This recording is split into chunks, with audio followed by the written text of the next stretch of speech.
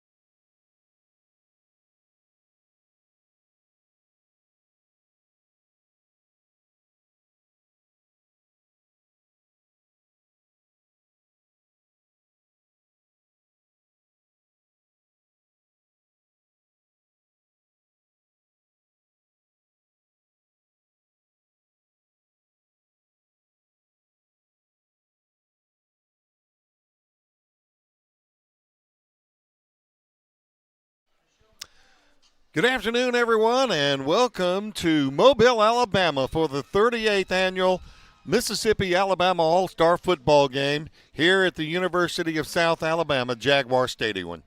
Hi, everyone. Russ Robinson along with Greg Flynn. And Greg, we had it at Hattiesburg last year and let one slip away from us as Mississippi, but that's why they play the game every year, and you get a new crop of players. And, boy, you look up and down these rosters, and there are some players here. Well, that's why we play the game. And while Alabama leads the all-time series 26-11, you never know. I mean, there are so many Division I players on both of these rosters this year.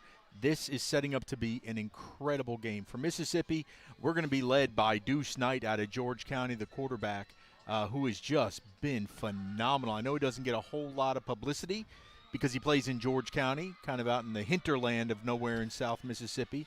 But he will be playing with Auburn, and that's kind of a trend. You're going to hear us talk about this a lot. Yeah. The Auburn Tigers have really come out with recruiting, and they have got a lion's share of the Alabama All-Stars and a good smattering even from Mississippi. So we're going to rely on Deuce Knight, our quarterback.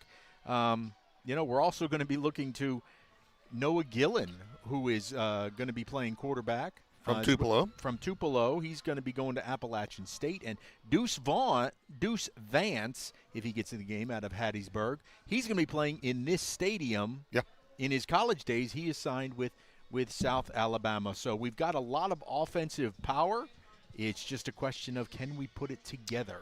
Well, I'll tell you what, they got a beautiful day to put it together with. We've done this game, I guess it's like our 5th year in a row. Yeah. And this is probably the best weather that we've had. Not a cloud in the sky. The sun is shining. Supposed to get around 70 degrees today. December in Mississippi, or December in the southern region. There you go. Next week in Gulfport, it may be 35 degrees. Who knows? It might be. So, but it was, 70 degrees today Yeah. in Mobile. So, no excuses for the weather for either one of these teams. Well, you mentioned Auburn and the number of people that had. You remember the year that we did the Bernard Blackwell game, and Louisville got in and got 7 or 8 players. They did a lot of recruiting. But this is a chance for these guys, Greg, that maybe haven't committed, maybe have not even been given a look-see from anyone Right. It's the to last make chance. their no. That's right. It's the last chance, not only from today, but from the practices earlier this week, where you'll have recruiters, because on the early signing day, which has become the signing day earlier this month. You know what you have, you know who signed. Now you're dealing with the transfer portal, who you're getting, who you've lost, who's entered the portal over the last week. So this is a chance for some of these guys to make a name for themselves that may have only had some, and I don't want to diminish that at all, but may have only had some junior college offers, community college offers in the state of Mississippi. But this is their chance to show out to a D1 to maybe make a name and whittle their way onto the roster. Greg, this is an all-star game, and so they brought him in, Monday? And, that's not a whole lot of time to even get to know your teammates. So there are some rules and regs that kind of keep this game close, and you're talking about the kickoffs and the punting and things like that. No blitzing today. Yeah, and I think that's probably the biggest rule, that some of these linebackers are ready to go. They are, and it's trying to tell them to tame themselves. But it's an all-star game, and we don't want anybody getting hurt. They want to encourage players to play in this game and to not opt out, because they do have college careers ahead of them. Right. So, yeah, it's a little bit different, just because you won't be able to blitz and knock the snot out of the quarterback as they're normally used to. But the QB won't have a red jersey on. No, he will not, and it's still going to be a whole lot of fun. Special teams, you don't have to worry about a rush on a punt, and certainly not a rush on a field goal either, because that's usually where you see players get hurt, or on those special teams. Yeah. So I think it's a good rule to have in all-star games. We'll have that next week as well in the Bernard Blackwell all-star game. But that makes it a little more, hey, I'm not going to get seriously hurt. Well, and you and I did an all-star game last week, and in that game, everybody just kind of stood up and let the kicker kick the extra point or field goal or whatever. Yeah, but those we did the MAIS all-star games, and, man, they were hitting. Yeah, they were laying the wood. Don't tell me that they weren't. Nothing was on the line, because those kids were hitting. And you'll see it today, too, just because of the sheer pride. Mississippi wants to stop Alabama. I mean, they've won the last 4 in a row. They lead the all-time series again, 26-11. And, Russ, their offense, man, let me tell you something. Their quarterback, K.J. Lacey, he's the number 6 ranked quarterback in the country. He is signed, and he's going to be playing for, yes, Russ's Texas Longhorns. He's thrown for 10,000, almost 11,000 yards, 10,985 yards in his career. That's K.J. Lacey that's going to lead the Alabama offense. And then you've got their starting running back, Anthony Rogers. He's going to be playing for the Ohio State Buckeyes next year. And how good did Ohio State have to do? He's the number 2 ranked running back in the country. They flipped him from Alabama to go to Ohio State. Whoa. And, again, we're going to be talking just looking at it quickly right now. Of all the big names that are playing for Alabama this week, only two are committed to Alabama themselves, 2 offensive linemen. There is an unbelievable amount of Auburn players that are playing for the Alabama side today. Well, then on the Mississippi side, we got a few crossing over into other states, and there's a lot of guys that are already committed as they come into this game today. Absolutely. A couple of our guys are injured. You will not see Camario Taylor out of Noxubee County. He's committed to Mississippi State. You will not see Caleb Cunningham, terrific wide receiver out of Choctaw County. He is going to Ole Miss. He flipped from Bama to go to Ole Miss. But one of our guys I want you to keep an eye on today, the tight end, Micah Jones out of Madison Central. He is Mr. Reliable, and he's going to be going to the University of Florida. So he's gotten some really good looks. He is a prototypical tight end, big guy. I mean, he's got a chance to play on Sundays, just given his size and his hands. Looking down the rest of the line here, Tyler Miller out of Laurel, offensive lineman who they don't get a whole lot of publicity. He's going to be going to LSU. Mario Nash Jr. from Kemper County. He's going to Florida State. Offensive tackle Harrison Clough out of Columbia. He's going to be playing for Baylor next year. The center, Mason Waddle from Tupelo. He's going to be playing just down the road at Ole Miss. Defensively, this is where we really make some hay with the Division I players. Andrew Maddox, the defensive end out of Oak Grove. Going to be playing for Ole Miss. Kevin Otis out of Hattiesburg. He is a man-child. And somehow the Arkansas Razorbacks, Sam Pittman came and got him. Tyshawn Willis out of Velma Jackson, he's going to be going to Mississippi State. Let's see. Again, Ole Miss did a terrific job recruiting the best players in Mississippi. Jacoby Hobson Jr., linebacker out of Lake Cormorant. He's going to be playing for Ole Miss. He was the 6A Player of the Year this year. Let's see. Southern Miss made a nice splash, too. They're going to be getting a great cornerback out of Northwest Rankin, Travion Morton. He'll be going to Southern Miss, as will another defensive back, Zach Ruffin, out of Neshoba Central. He's going to be playing for Southern Miss. And our 2 kickers, man, you can't get much better than that. You have Evan Noel from St. Stanislaus. He's going to be kicking for the Florida Gators next year.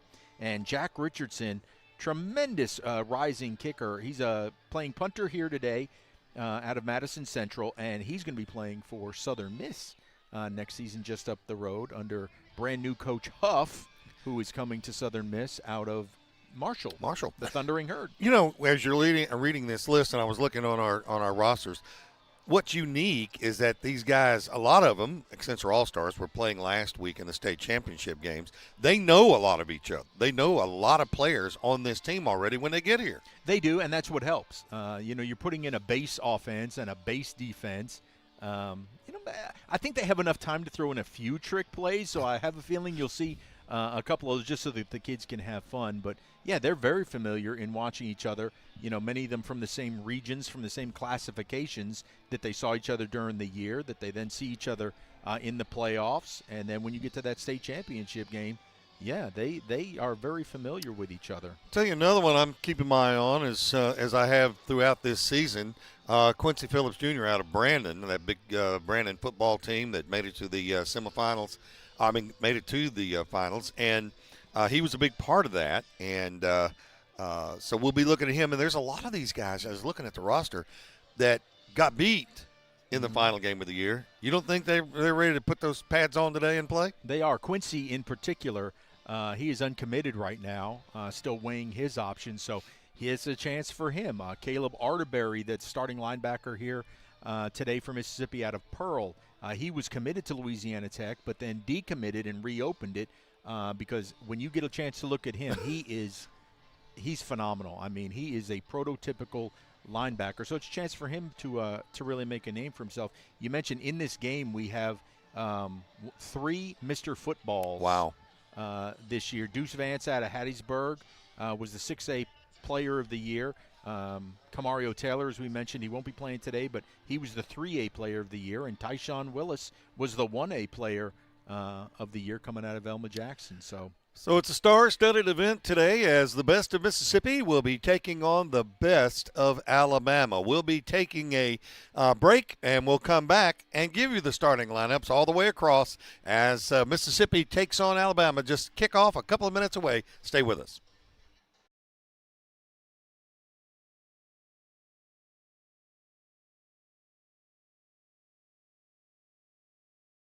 Tonight, College Savings Mississippi and Treasurer David McRae can help you reduce or eliminate that debt. Their plans are flexible and affordable. Start saving for as little as $25 today. Visit treasury.ms.gov/college savings to learn more. People who come to Cricket stay with Cricket. I volunteer at a bunny rescue, and with Cricket, my bill is consistent. Wait, this is huge! A new offer, 5G for $15. You heard it here first. 5G plans starting at $15 a month. Smile, you're on Cricket.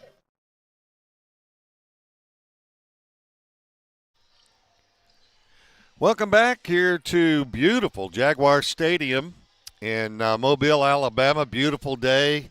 Going to have a good football game. And, Greg, let's go with the starting lineups.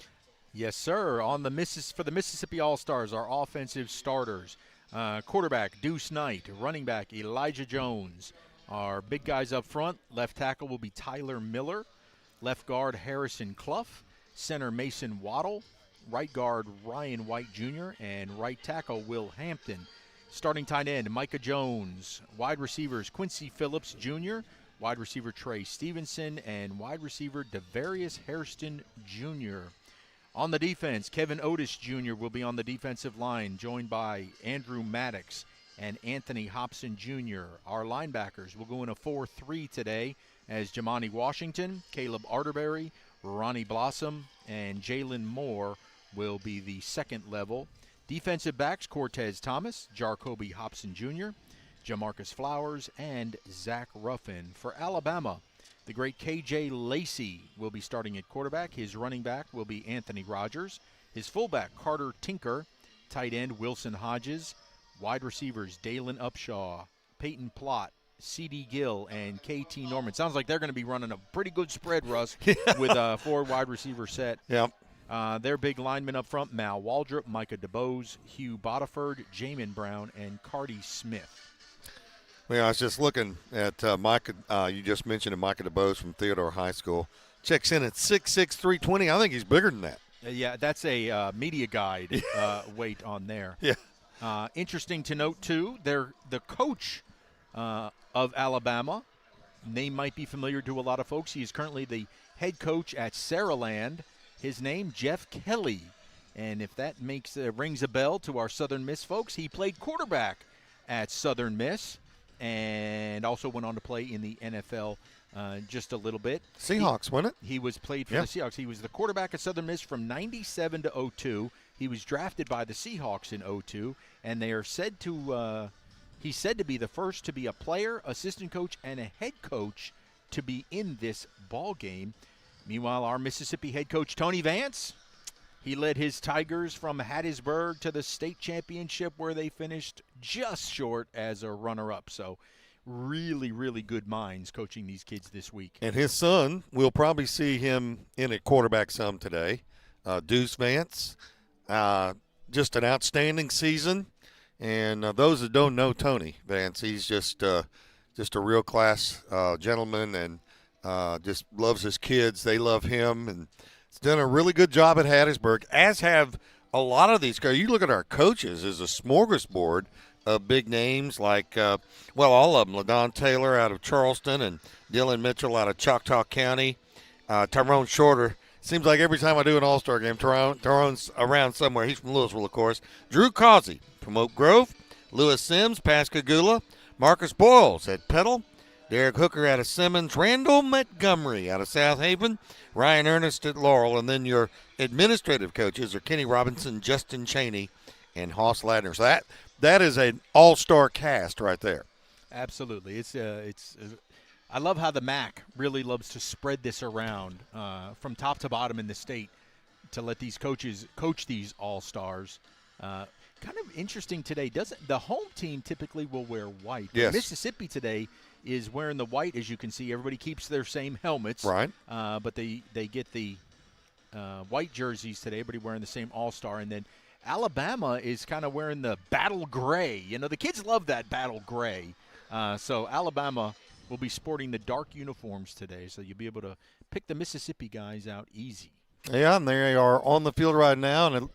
And Alabama will be kicking to Mississippi to get. There's a good look on the scoreboard here at Jaguar Stadium, which is really nice. And that's Tony Vance. And I got Coach Kelly on the other side, Jeff Kelly. I mean, it is a beautiful facility here at South Alabama. Both of these, I like that they moved these to good college football stadiums. Yes. When we played in Mississippi, it's at Southern Miss, M.M. Roberts. When we come down here into Mobile, we play at South Alabama. Just a beautiful Sunbelt connection that we have with them being so close together. Well, Bryson Walters out of Etowamba and Malachi Henderson out of Oak Grove will be back to receive the kick from Mississippi, and it goes out of the end zone. Good foot, as you mentioned. 100% as Mr. Noel, again, out of St. Anastas, not very far from here on the Mississippi Gulf Coast. The Rockachaws. And, going to the University of Florida next year. So we just found out why. You've got to have a really good leg to be kicking in the SEC for any of those schools. Yep. And that's the great thing I love to see from both of these teams is that you have so many that are going to be playing in the SEC, and that says a lot about the talent levels that we have in both Mississippi and Alabama. All right, KJ Lacey will open up at quarterback. He'll have one back in the backfield with him and twin receiver, 3 to the bottom and 1 to the top from the 20-yard line. First play of the ball game. Here's the snap. Back to throw. Pressure coming. Steps up in. Floats it. And incomplete. And taking a shot for Alabama. My goodness. How did Carson Gill hang on to that ball? Well, good morning. Zach Ruffin certainly got off the bus and was ready to hit today. He laid that lick down for us. So, I think Gill heard those steps coming. Yeah, Zach Ruffin out of Neshoba Central. He's going to Southern Miss next year, and keep hitting like that, young man. Second down and 10 for Alabama at their own 20-yard line. Lacey gives to the running back, spun around, and may have lost a yard. We have got a tremendous defensive line, and I didn't see who got in there to make that tackle. It looked like the last man to get off the pile was Jamarcus Flowers out of South Panola. They know how to play a little defense up there. Well, yeah, and that's the linebackers. You're allowed to come up and give run support, which is exactly what they did, and we got tremendous push and strung that out. We can keep Alabama in 3rd and long behind the chains would be awesome today. And it was Rogers on the carry. Back to the line of scrimmage. 3rd and 10. Lacey takes the snap, rolls to his right, throws, has a man out there, and it's incomplete. Kind of looked like it went to the wrong side of the shoulder that time to Carson Gill again out of Sarah Lynn. Well, Gill was anticipating it being on the inside, and it was a back shoulder throw is what Lacey put up there, and falls incomplete. So Mississippi did its job, 3 and out in the first drive. That is a big confidence boost to them. Quincy Phillips Jr. now standing at the Mississippi 30-yard line. On the punt. High kick, but not very deep. No, very short. And, well, it's going to take a good Alabama roll. Boy, isn't it ever. Look at there. Wow, inside the 25, rolling to the 20, and got to the 20. That's worked out pretty well for him. That was a high punt. Phillips didn't have any chance of returning that. That's a 60-yard net punt right there. So very, very fortuitous roll that he got here at South Alabama. All right, let's see what the Mississippi All-Stars can do now. Boy, I tell you, that Deuce Knight is a good-looking athlete, isn't he? Deuce is really going to be something special. I hate that he's going out of state, but we're glad for him that he's going to Auburn and the SEC. Elijah Jones back in the backfield with him. Here's the first throw, and it's caught. And across the 25-yard line up close to the 30. You mentioned to me as we were talking prior to the game that the tight end position would be big today. And Maddox from Warren Central caught that one. Yeah, Maddox Lynch, the all-time receptions leader at Warren Central now. Maddox will be playing at Central Arkansas next year, but he is just hard to get down on the ground. Pickup of 8. They're going to run the football with Jones. He got the first down. Good blocking up front by that offensive line for Mississippi. Moving the chains on that far right side. They had a tremendous push, and it allowed Jones to really find a good hole. Well, they know what Deuce can do. They coming in, the coaches was just saying, we've got to run the football against Alabama. Yeah, they went off tackle that time, and that was huge to be able to pick up that first down. 1st and 10, twin receivers both ways from the 32-yard line. Deuce back to throw. Knight sets it up, throws. Uh-oh. And it looks like they just ran into each other, the wide receiver. They did. They had their feet caught up together. No flag. That was a good call. But the tremendous the knowledge of where he was for Deuce to step up into that pocket and not throw it past the line of scrimmage. Tyler Lockhart out of Winona was the intended receiver. 2nd down and 10 from the 32. No score here in the first quarter. Just underway here at the University of South Alabama. Knight delivers, and it's caught and immediately taken down. Yeah, we went to the 4 wide receiver set that time and really paid off for us as they were giving us a little bit of space. The cornerback's playing just soft. Cameron Triplett out of Louisville on the reception. Makes it Much easier. A 3rd and 5 is a whole lot easier than that 3rd and 10. Well, they'll set it down. Deuce Knight will have Elijah Jones behind him, or to the side of him, actually. Twin receivers left and right. Now he looks back over to see what the play is, and they'll reset their offense here. Here's the snap. Deuce Knight to throw, trying to throw the slant.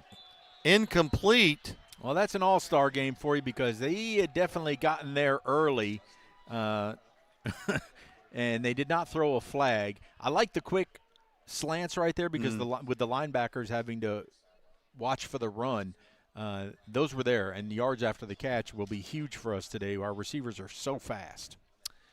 So the punter, of course, is Jack Richardson out of Madison Central. He'll be standing about the 23-yard line. Good snap. Nice kick. Whoa. What a beautiful spiral. Can they get it? Throw it out. Oh, just missed it, Greg. Just missed it. Who was that tried to throw that back into play? 21. Jamarcus Flowers there from South Panola, it looks like. he nearly was able to check it up, and he threw it back, and then the ball bounced one time into the end zone. So, Okay, so both teams have had a series, kind of feel out what the other one's going to try to do. I kind of get the feeling we're going to see the ball put in the air a good bit from Mississippi today. And we may see the same thing on the Alabama side. They're coming out with the 4 wide receiver set this time too. Lacey back at quarterback for Alabama. 1st and 10 from their own 20. Lacey throws. Yeah, that was just big respect there. Yeah. Marquise Williams in the coverage out of Madison Central, and he was giving a good 8-9 yards. So good recognition there by K.J. Lacey to see the open man. Strong arm by Lacey. It was, but good close there by Marquise. He was not going to get any more yards. He kept the ball in front of him. Picked up a 1st down. 1st and 10. He'll throw left side this time. And going to be chased out of bounds. Derek Smith out of Southside High School in Alabama on the reception. So a good stop by, once again, our 2 edges, the sideline cornerbacks, giving a lot of respect to these Alabama receivers. You'll see him hopefully move up just a little bit to give him less. So you see that right now. Then they'll back off a little. Going back down to the bottom. Got to make that tackle. Good job, but they got the 1st down, but a good job of not letting that go for a big play. Looks like Malachi Henderson on the coverage. That's Upshaw for Alabama, Dalen Upshaw. He's going to be playing for the University of Miami next year. He's going to be a Hurricane. 1st and 10 for Alabama. No score here in the first quarter. Alabama All-Stars on the move. Lacey back to throw, buying a lot of time. He throws it, he wings it, and it is knocked down. Excellent defense on that side by Marquise Williams, the Jaguar from Madison Central. Called his name a few times. They're testing him, and that one he was very much up to the challenge. Jacayla Falk was the intended receiver down there, and you're right, Greg. That was picture-perfect coverage for Mississippi. They're testing our secondary, that's for sure. And on 1st down, they said, why not? Let's try for the home run ball. Marquise would have none of that, though. So twin receivers to the top, 1 to the bottom for Lacey. 2nd and 10 for Alabama at their 41-yard line. Here's the snap. And a quick pitch and catch. And again, the quick outs and the slants are probably the most common plays we'll see in an all-star game. Well, again, a great job by Cortez Thomas out of Holmes County Central by not letting him get more yards after the catch. So, you set up a 3rd down now. He did his job. Now you'd like to see him really get up into that bump and run against these receivers. It's a lonely island out there, though, if they get beyond you. Well, I think he's probably going to go to the top side right now. Lacey now on a 3rd down. Back to throw. Here comes the pressure. Throws, and he caught it. He's got away, and down he goes. But his helmet came off. Well, that was a fire play that turned into a successful first down screen pass, and he lost his helmet on the backside. That's Carson Gill. We've seen him already on a couple of plays, but they did not get the first. Oh, they did mark him just a tick short. Tyshawn Willis out of Elma Jackson making a terrific tackle. Helmet came flying off, too. Didn't they have a great year this year, Velma Jackson? Love to see that for the Falcons. 4th down. And a foot. Yeah, I was going to say much less than a yard. Depending on where that stick is at. I mean, if they wanted to measure this, I have a feeling that it's a first down because it has to get to the 48, and the nose of the football is touching the 48. If I was Alabama, I'd be calling for a measurement. Well, they did, and they're going to bring the chains out here. And, well, I guess they're going to bring the chains out. Maybe they just called a timeout to see what they wanted to do, go for it or what. But you got to figure with the they're calling for measurement. They're bringing it. You see the official that has the little marker that goes at the 45. Here there they come. Okay. I'll be shocked if this isn't the first down. I'm with you. That was right on the nose of the 48. But he's going to be just shy. He's got to get to the far edge of that line. And so, yeah, it's literally inches. Not even the football. So that nose of the football touching the hash, but he's got to get to the far side of that hash. I would suggest running behind Jamin Brown out of Southside High School in Alabama. He is number 77. Excuse me. He checks in at 6'4", 295 pounds. Goodness gracious. Well, then you have also out there big, that's 65, Micah DeBose out of Theodore. 6'6", 320. 6'6", 320. Pick your poison there. Yeah. Going to have a slot back on the left. Twin receivers to the right side, nobody to the left. No, I think you'll see us really, they're going to try and push it right up the middle. There it goes. And he got it. Got the first down. Not barely, by much, but barely. You know, a good job by Mississippi filling that line. Looking like Will Hampton out of Petal got that run, made the tackle. As did, I'll give Cam Hewitt wearing number 96. Cam Hewitt out of Pearl. You've seen him a lot? I have seen him a lot. Good young man, 6'2", 330. So first down for Alabama, no scorer here in the first quarter. Lacey back to throw, going to throw deep, and a little miscommunication there as the wide receiver turned outside. He ran an out route, and the throw went on a go. And the intended receiver there was Peyton Plott out of Auburn High School. So that brings up second down for Alabama, and they're in Mississippi territory at the Mississippi 47-yard line. Here's the snap. Lacey gives. Nice hold on the left side. It closes quickly. What a terrific play there. Looks like from Jamani Washington out of Grenada. Coming up from his linebacker position to sling that play for, well, nothing, a loss. 6A state champion, Grenada. They're going to give him, Russ, they moved him all the way back almost to midfield at the 49. So lost 2 yards. How about that? We love to get him behind the chains here. Third down, we'll call it 12 from the Mississippi 49.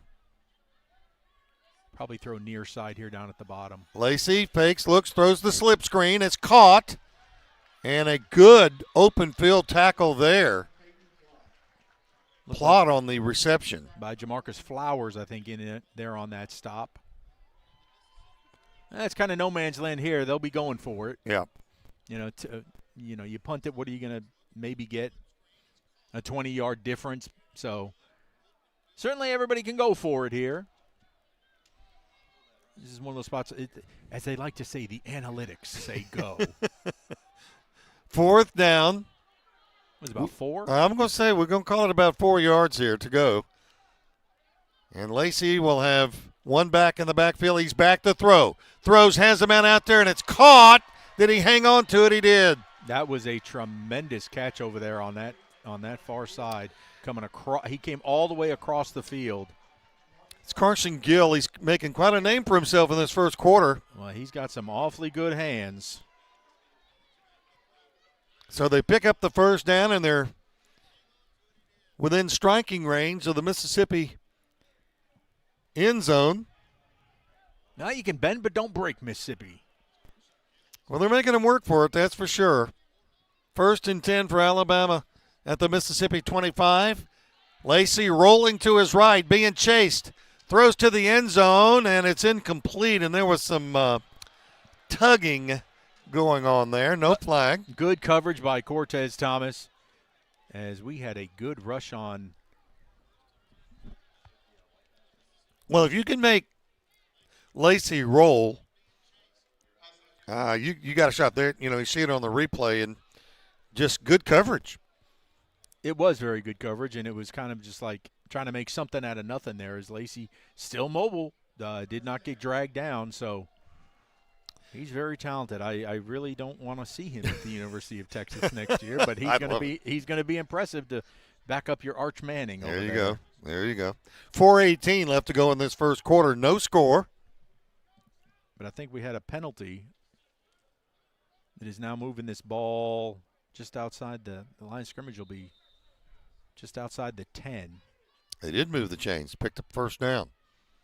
Ball is, well, now they're getting a whistle and another flag. I missed what the last flag was for. Illegal substitution, and you get that penalty sometimes in an all-star game. You got all these kids trying to get into the ball game, want to get in the ball game, and sometimes they go in and they're not supposed to, or come out when they're not supposed to. Well, I think we have 12 out there currently. Well, we got to slow them down somehow. Yeah. Our other cornerback going off the field now. So now that's going to move the ball inside the 10, Greg, and they're 1st and goal. Well, I mean, we're the visitors. To be hospitable, they should let us play with 12. Yeah, let's see if we can hit the rules committee on that next year. All right, 1st and goal from the 7. They'll hand the football off. Slip tackle, and finally the tackle made as he crosses the 5-yard line. That is Anthony Rogers out of Carver High School. And I believe the tackle made by Andrew Maddox out of Oak Grove. Well, you're not going very far if Maddox gets a hold of you, that's for sure. 2nd and goal, but they're down on the 3. Lacey in the shotgun, hands the football off. Same play, nothing doing this time. Whoa. Met at the point of attack and didn't go any further. Is that – I can't see, Russ. That's 22. That's 22. That's Zach Ruffin. From Neshoba. That was a stop and a half right there. No gain on the play. Lucky didn't lose any. 3:13 to play in the first quarter. Alabama's first chance in the red zone. They're looking at 3rd and goal. Well, they've got a chance here on the near side here to stretch it out if they wanted to run it to this side.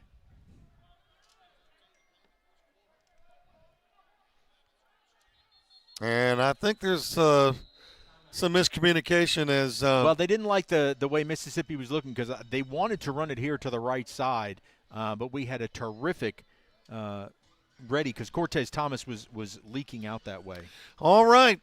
Timeout on the field. Your score, 0-0, but Alabama knocking on the door. Back in a moment.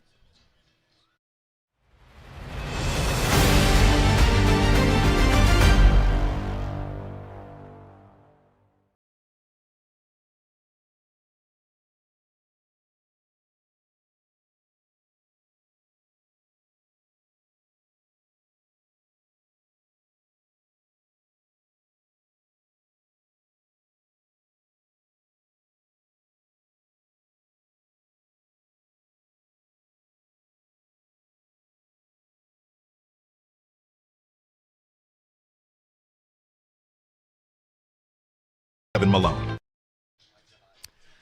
Welcome back. Russ Robinson along with Greg Flynn. Alan Burford, our producer today. Ryan Groby, Ty Bailey on the cameras, getting you those good shots. I'd like to thank MPB Think Radio for carrying the game across the state of Mississippi today. Also, Dave Shows, our IT guru for Friday Night Under the Lights. And he's up in Boone, North Carolina, making sure that everybody gets everything they need. And a good ball game so far. You got a good drive going here by Alabama. Yeah, and I love that Mississippi was ready for that play. It's what caused the timeout. It did, because they were definitely going to run it here to the right side, but Cortez Thomas had cut that off, and that's why Jeff Kelly with Alabama said, no, let's come talk about it because I don't like that alignment. Well, and I can't count the number of All-Star games, the Miss Al All-Star games that I've called that were won by 3 points. And this is decision time here. 3rd down and goal. We'll have to see if they want to go for it on 4th down. I like the spacing of our defensive ends. Lacey, 2-step drop backs to throw, throws the slant, caught, touchdown. Terrific play call. Terrific play call. They cleared the linebackers out who bought the run, and you throw that quick slant, that's almost indefensible. Perfect throw. TK Norman out of Carver Montgomery on the reception. Yeah, TK Tristan, as mom knows him, he's going to be going to Texas A&M next year. So he's got the good size and ran a perfect route. Point after coming up. It's down, it's up.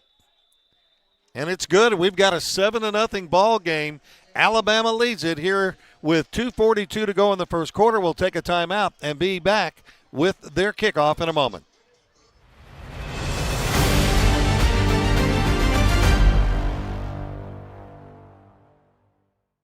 At Mississippi Public Broadcasting, we tell local stories that matter.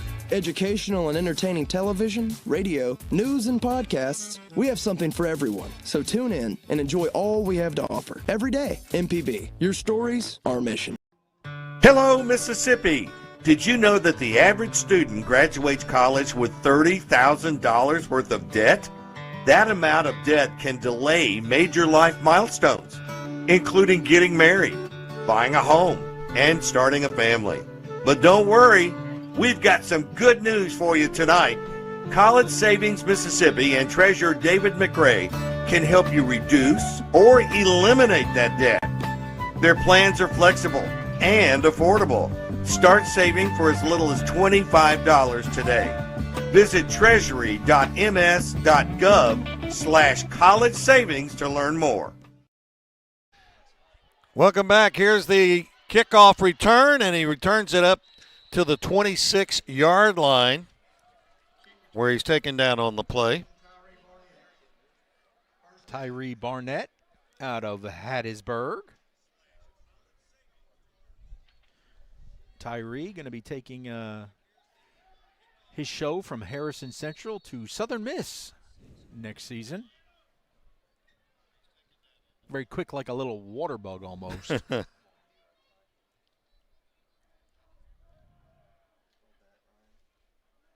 Let's see if we can put something together here, Russ. Is Deuce Knight. We really haven't seen him showcase himself yet. Here's the snap. Hands the football up straight up the middle. That's going to be rough sledding. Yeah, it's going to be McCaleb Taylor out of Grenada. McCaleb still undecided about where he'll be playing next year.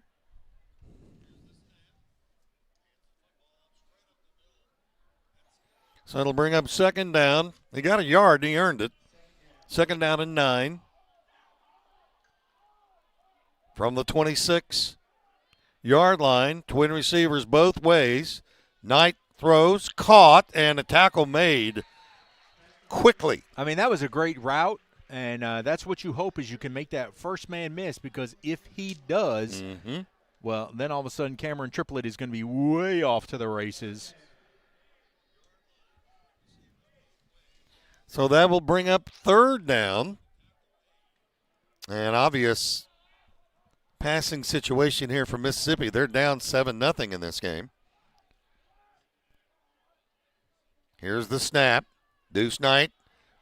There you go. Flushed out of the pocket, and he's got room. He's got a lot of room. 50-yard line, 45 of Alabama and out of bounds. And, Greg, that's what Deuce Knight does. That's what we've been waiting to see. The dual threat quarterback pulls it down, not a soul in sight, and he's well into Alabama territory. That's a good run there by Deuce. That's what we were wanting to see. He's a very strong athlete. He's got a good arm. And you just saw what he can do running the football. And he moves the Mississippi All-Stars into the 45-yard line of Alabama. 3 wideouts to the left, 1 to the top of the right. They're going to swing it to the back, out of the backfield. Alabama's there, but he got around him and moves the football. I'll tell you, he made something out of nothing. Yeah, but that was a great block on the outside by wide receiver number 11, Devarius Hairston Jr. out of Starkville that helped spring him down that near sideline. That's what it takes when you do a play like that. You need to have your wide receivers that are willing to block, and that's what sprung him for the big gainer. That was Michaela Taylor out of Grenada, and now 2nd down and 4 from the Alabama 39. Going to go back to Taylor, looking for the block, turns it up the field. He got the first down. Hard run there, Greg. I love the spin and put your head down when you're moving toward that end zone. Well, we're having great success running on that right side. And I'm trying to pick out the guys that are playing over on that right side. 85. Well, we don't have an 85 on the roster. That's terrific. We get changes like that in an all-star game. Here's the first down. Deuce Knight pulls it down, still looking down the field, throws, caught, he's wide open. 15, 10, 5, touchdown. That is Maddox Lynch out of Warren Central, the Viking, in for the touchdown. He was wide open, but again, I want to point out, watch this it was a great job by Hairston to get this block right there and got him into the end zone. Terrific job, unselfish play by Hairston. And Maddox you're not going to bring him down. That was great. Excellent play by Maddox.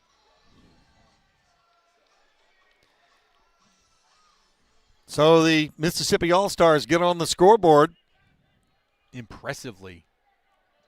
He has a really good drive. We wanted Deuce to showcase, and he certainly did, both the arms and the legs on that drive. He delivered. Point after coming up for Mississippi. The football, he picked it up. And did he get it anyway? I think he did. No, he didn't. It was off. No, he hit the line, and it flipped over the line. So bad snap, bad hold. Kind of a little bad everything right there. All right, your score 7-6. Alabama leading by 1 with 26 seconds to go in the first quarter. We'll take a 30-second break, back with a kickoff in a moment. People who come to cricket stay with cricket. I volunteer at a bunny rescue, and with cricket, my bill is consistent. Wait, this is huge! A new offer, 5G for 15. You heard it here first. 5G plans starting at $15 a month. Smile, you're on cricket.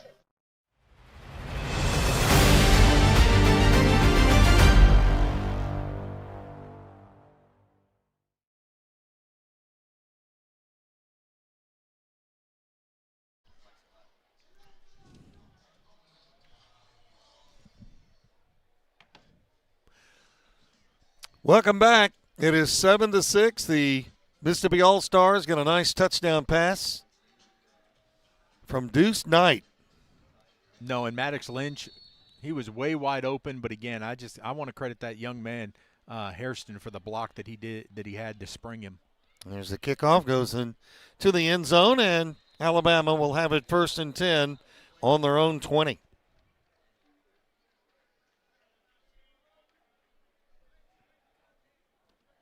Beautiful day here. We got just a couple of seconds left to go in the first quarter. This is kind of like where we were, a year ago. We were hanging in there. But we couldn't stop them on offense. Well, and you just hope that extra point doesn't come back to haunt us, that 1 point. So critical in these all-star games. So 1st and 10 for Alabama. New quarterback in there. They're going to nothing doing. How many tacklers you got there? I got 1, 2, 3, 4. Yeah, he drew a crowd. He definitely drew a crowd. The new quarterback in there looks like it is Mason Mims out of Oxford High School. And that's Oxford, Alabama, by the way. And Colin Wilson is your running back for Alabama. End of the quarter. End of the quarter. At the end of one, it is Alabama 7, Mississippi 6. Back in a moment.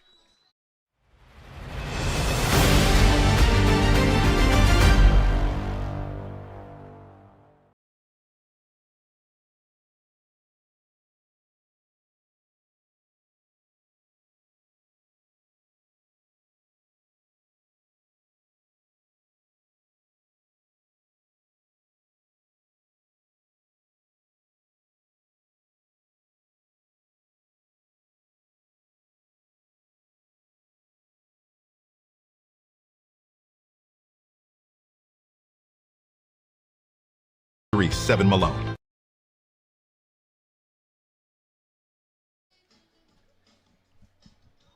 Welcome back to the University of South Alabama, home of the Jaguars. Russ Robinson along with Greg Flynn. And Greg, what jumps out at you on that stat sheet here in the first quarter? Yeah, through one quarter, Mississippi has outgained Alabama.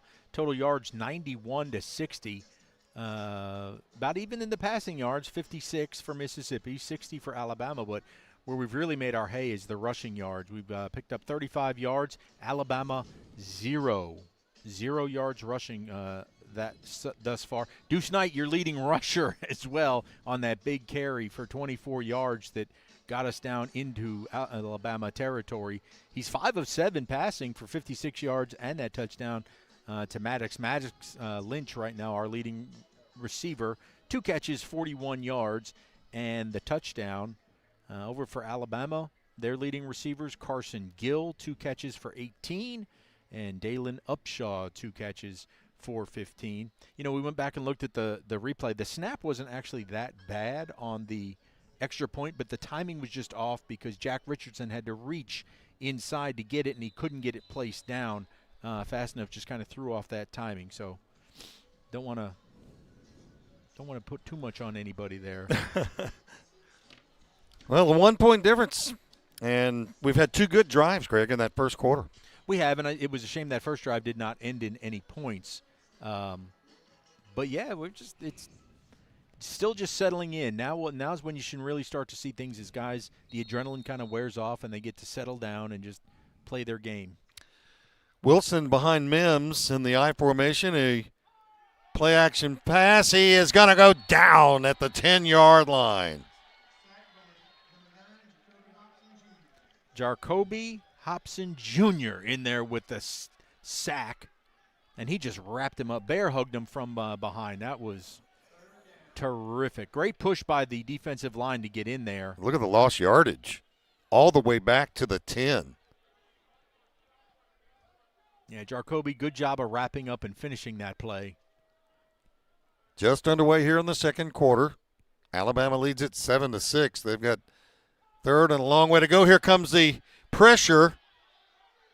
And, boy, Greg, you talked about this Mississippi defense before the ball game. This is one of the best defenses I've seen Mississippi come out with in several years. Well, and I can tell you right now, one of the reasons why that play did not go anywhere, I'm trying to make out that number. Oh, it's Cortez. It was the Cortez? I got Caleb Arterberry. No, in that red helmet that's coming back over here, he made that.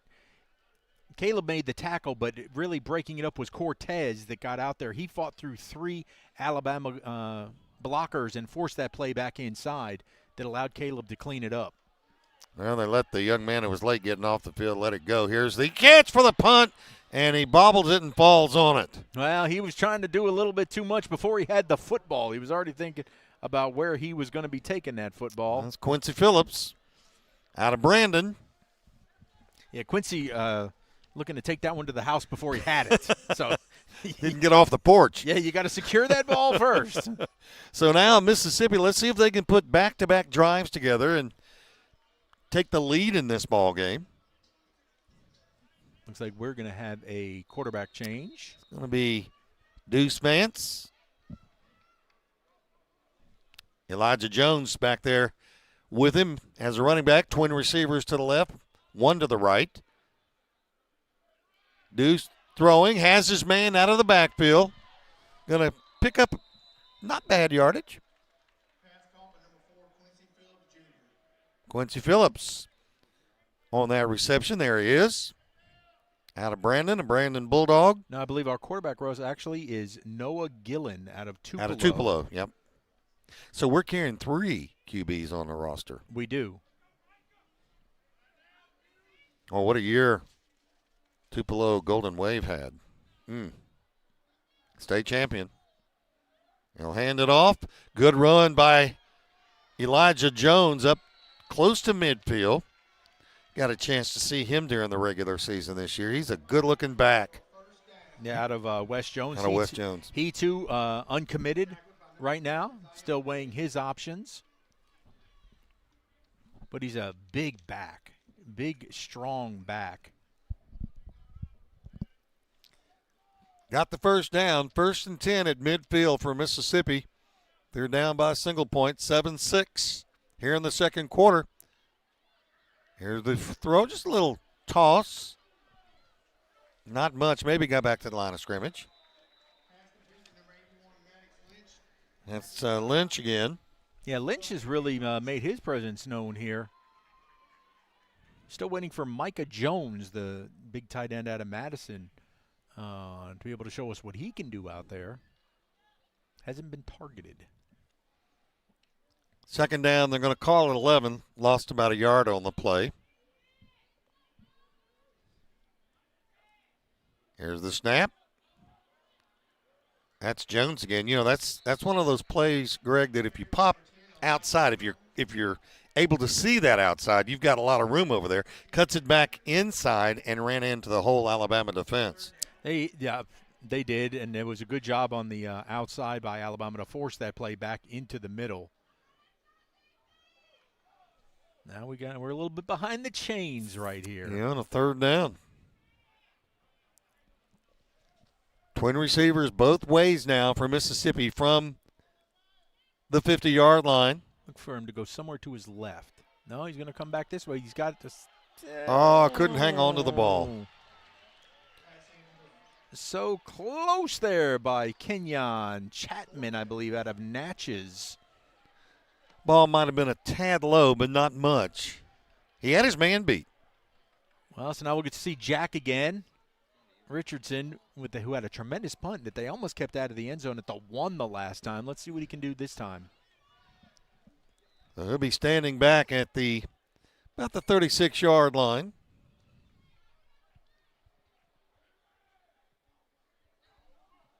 Good snap. Kind of an unusual hold by the punter, and it's going to get a nice roll. Well, that time he wanted to go end over end instead of that high spiral that he had. But he grabbed it like this with his hand down. Because he wanted to drop it straight down so that he could get that end over end. And it worked out for us because we get that good roll on the end. They pinned him down to the 10-yard line. Well, Mississippi right now, Greg, I would say, of course, they're down on the scoreboard, but I say that they have had the most dominant defense today so far. We just had that one drive where they were able to, put a few plays together. But still, dominating on the stat sheet, 102 now, total yards to 57 for Alabama. Mason Mims and at quarterback. Mims, by the way, will be playing at Louisville next year. Alvin Henderson is your running back. He had the football, and he only had it for a second before he swallowed up. No, we have been doing a tremendous job of our run defense. That's going to be a loss of 2, so they're now at -9 rushing yards is Alabama. So a great job by our front 4 with support from the linebackers. Second down, loss of 2, will be 2nd and 12 from the 8-yard line for Alabama. Twin receivers both ways. Hang on, we got a No, Coach Vance says, I didn't like the way that looked. We're going to call timeout. Timeout. 7:51 to go in the first half. 7-6. Alabama leads by 1. Back in a moment.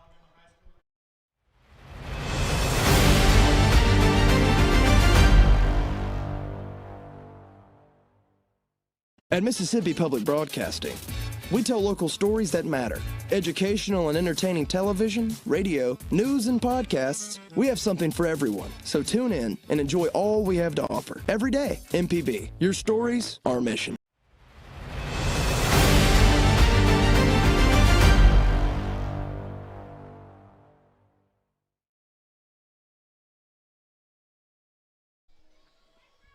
It hadn't moved.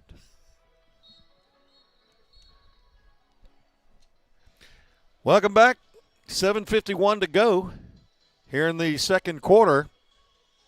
And it's a 7-6 Alabama lead. You know, it doesn't feel like 7-6 for some reason. We've been dominating on that. I mean, it's just that we have not been able to sustain those two drives. But we are dominating. In Alabama's running game, they're going to have to throw the ball if they're going to win. They have -9 rushing yards. And still not all that impressive because they have 64 passing yards. So Alabama now with a 2nd down and 12 from their own 8. They're going to spread it out, and look at that, Russ. I like how our cornerbacks are getting up. There's very little space. Mims takes the snap, looks, got hit as he threw the football. Did he catch that ball? No, that was a near great catch, but again – a just absolute wonderful play. Cortez Thomas has been really showing out at Holmes County Central here. They keep testing him, and he's risen to the challenge each and every time. Mims threw that ball a long way, really high in the air. And Zach Ruffin closed quickly from that safety position to get over there to give him some support. But tip your cap to Cortez. He's doing the job. Boy, they are going to be getting a really good one at Ole Miss next year in Cortez. 3rd down and 8 now for Alabama at their own 8-yard line. Mims back to throw. Pressure coming. Down he goes at the 1, unless they count it in the end zone. Nope, he got him at the 1. No, they give him that forward progress to outside. Trying to see who made that sack. I tell you what, that defensive line is just, there it is, pouring in. That is all right, so 99. That would be Kevin Otis Jr. out of Hattiesburg. Coach Vance knows him quite well. Boy, he's something. And that's why the Arkansas Razorbacks like Mr. Otis. They muffed the punt snap, and Mississippi jumps on it for the a touchdown. Touchdown, yeah. It is indeed a touchdown. Well, we've already had one of those on the Mississippi side. Now we have one on the Alabama side. Hey, and Anthony Hobson Jr., Merry Christmas early as he gets a touchdown in the All-Star game out in Neshoba Central. Well, you could have taken your pick, though, Greg, on the number of guys that were in the end zone from Mississippi trying to get that ball. Oh, it was abs. That's who it goes to, Kevin Otis Jr. Old Kevin Otis Jr. He's going to be picking that up. Congratulations, young man. So it is a 12-7 game, and go for 2. Mississippi's going to go for 2.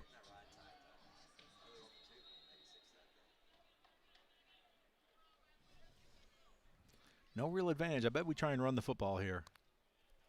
No. I'm going to throw it. Here comes the pressure. They're going to swing it outside. Nothing. No, there was nothing going to be there, and that was great closing speed by the linebacker for Alabama. There was no chance. 7 minutes, 2 seconds left to go in the first half. Mississippi takes the lead, 12-7. We'll take a timeout and be back with more in a moment. Hello, Mississippi. Did you know that the average student graduates college with $30,000 worth of debt? That amount of debt can delay major life milestones, including getting married, buying a home, and starting a family. But don't worry, we've got some good news for you tonight. College Savings Mississippi and Treasurer David McRae can help you reduce or eliminate that debt. Their plans are flexible and affordable. Start saving for as little as $25 today. Visit treasury.ms.gov/college savings to learn more. Welcome back. 7:02 to go in the first half. 38th annual Mississippi-Alabama All-Star Game. And Mississippi gets a gift, and it's a fumble in the end zone on the punt. They take advantage. I mean, we've just been dominating thus far. Alabama now minus 17 yards rushing. Here's the kick. Going to come down to Anthony Rogers. Rogers swinging wide. He got a lane. He got a man to beat. And he's run out of bounds. That's a good return by Anthony Rogers. Great job getting him down is Trevion Morton, because that was going to be 6. He was Northwest Rankin Cougar under Devin Cooper over there at Northwest Rankin High School. Also give credit to Tyler Lockett there out of Winona, saving that touchdown. Rogers stays in the game at running back. KJ Lacey back out on the field for Alabama now at quarterback. That's who's had the most success for them. He's the more mobile of the two quarterbacks. Twin receivers with a slot on the right side. They want to throw the football. Here comes Mississippi. Not much to go, and he turns the corner, does Lacey. Comes back the other room. It's got some room and out. A long way to go for not many yards. All right, let's give some oxygen out there, because that was all Lacey right there. He dropped the ball and actually came and bounced back to him. And God bless Jamani Washington chasing him all over the field. Wow. That's one of those long plays that don't get much out of. Well, they got. Well, he saved himself about a 20-yard loss. Easily. And it's that athleticism that made him very appealing. Look at that offensive line right there for Alabama. But we're dominating them. They can't. They're big, but they can't run the football on us. And KJ was playing a little hot potato with that football, and threw off the timing way a lot, and then he was able to circle back. He had to run about 70 yards on that play, Russ, and I think that's why they needed a timeout to let everybody take a breather. And we had an injury, Mississippi player going off. Looks like 29. That would be no, that's Gillen. No. They roll that jersey up, and it's hard to see on that far side who that is. First and 10. And I think we're going to have some movement here. Mississippi walking backward. So, it's amazing, Greg, what one play like that can do for a football team. If they go on this drive and score, it'll go back to that play that Lacey saved them by coming back the other direction. That injured player, by the way, Russ, Zach Ruffin at Neshoba, looked like he was favoring his left shoulder, so we'll certainly hope for the best for him as he goes over to the sideline. Here's Lacey rolling. He's got room, but he throws the football, and he's also got a man out there, caught and dropped. Very, very fortunate. Lacey, and I can't believe he didn't pull that football down and just run it. He could have had 30 yards running the ball. Good coverage out on that far side by Jamarcus Flowers, but Lacey did us a favor. Yeah. He did us a huge favor. I thought he was going to pull it down. Well, Dalen Upshaw could not make that catch. So it brings up third down. Third down, we'll call it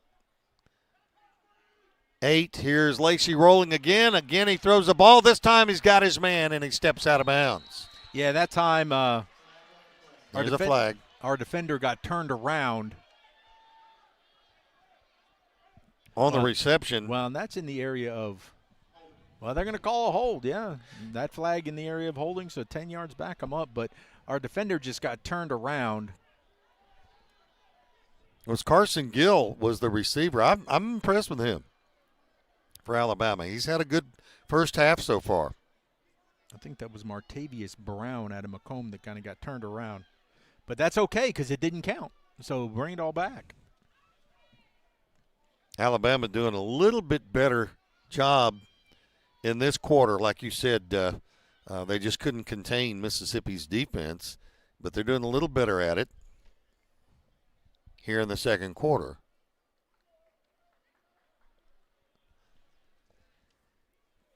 Hugh Botifer out of Auburn High School, 6'3", 340 pounds, is the center on this football team for Alabama right now. 340-pounder.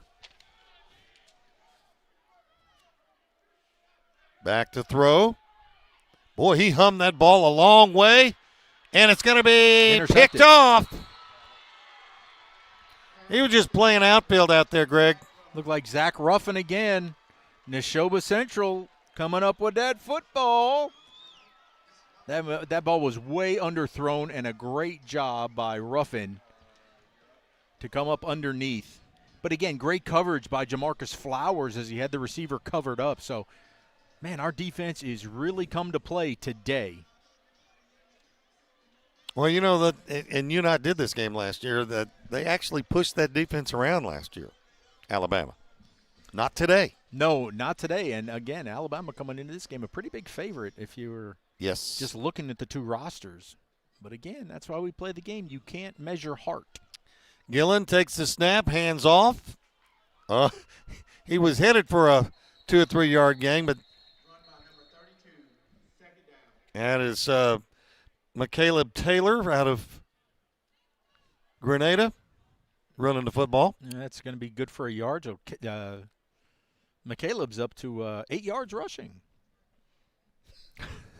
He's up to it. Yeah, we haven't overly rushed a lot, but, 42 yards on the ground, 102 in the air.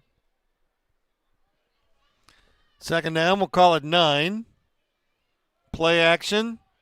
Going to throw, and could have thrown a flag there. There it goes. There it comes, yep. Absolutely. It's an all-star game, but you still can't do that. He'll let you get away with a lot, but not that. Yeah, Naheem offered. No. Young man, you can do a whole lot, but not that. Mm-hmm. Yeah, Gillen's got a pretty good arm, too. Oh, 100%. And he was a late add to the team. One of our QBs got. Yeah, because he was a late add because Kamario Taylor. That's right. Was injured out of Noxubee County. So they went with another QB. And so they brought in Noah. Well, it's a first down situation for Mississippi. 5:13 left to play in the first half. They lead it 12-7. Quick throw on the quick out pass. Did he hang on to it? He did indeed. He did. That catch made by Trey Stevenson out of Germantown. And on the tackle for Alabama, it was Naheem Offord. Trey's going to get to know this field very well as he's going to be playing for South Alabama next year. Playing in front of the home folks now. Yes, he is. Second down, about 6. High snap throws, and it's knocked down. Yeah, that was just the timing got thrown off because he kind of bobbled that football, and that certainly allowed Caleb Pitts to jump up and he almost threw it to Caleb. Caleb was an offensive guy. He might have caught that. Third down now and 6 from the Mississippi 44-yard line. Twin receivers both ways. Got one-on-one down here on the near side. Gillen pump fakes, throws the slant, and it's incomplete. Didn't like that, trying to throw that little slip screen. And that's tough, So he was in a crowd of Alabama defenders right if there. you'd have thrown it a little bit higher, you're hoping that Quincy Phillips, the intended receiver, you're hoping that he was going to be able to get some yards after the catch. But Gillen had to go sidearm with that one to keep it from getting knocked down. Here's the punt. And going to be caught in a fair catch called for at the 13. That one was more of a spiral that time. So Jack is showing his range. Richardson out of Madison Central, he can kick the end over end, or he can hit those spirals. Peyton Plott was the one that caught and called for the fair catch. So now with 4:21 to go in the first half. Mississippi leading 12-7, hands the ball over to Alabama. And we have a timeout on the field. We'll take it with them.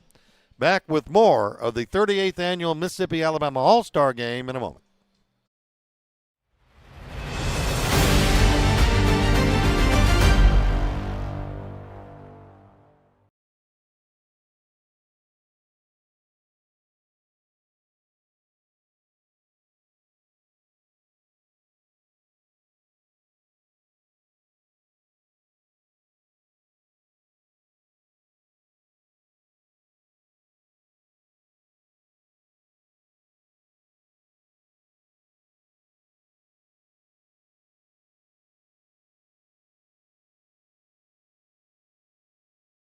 Malone. At Mississippi Public Broadcasting, we tell local stories that matter. Educational and entertaining television, radio, news, and podcasts. We have something for everyone. So tune in and enjoy all we have to offer. Every day, MPB. Your stories, our mission.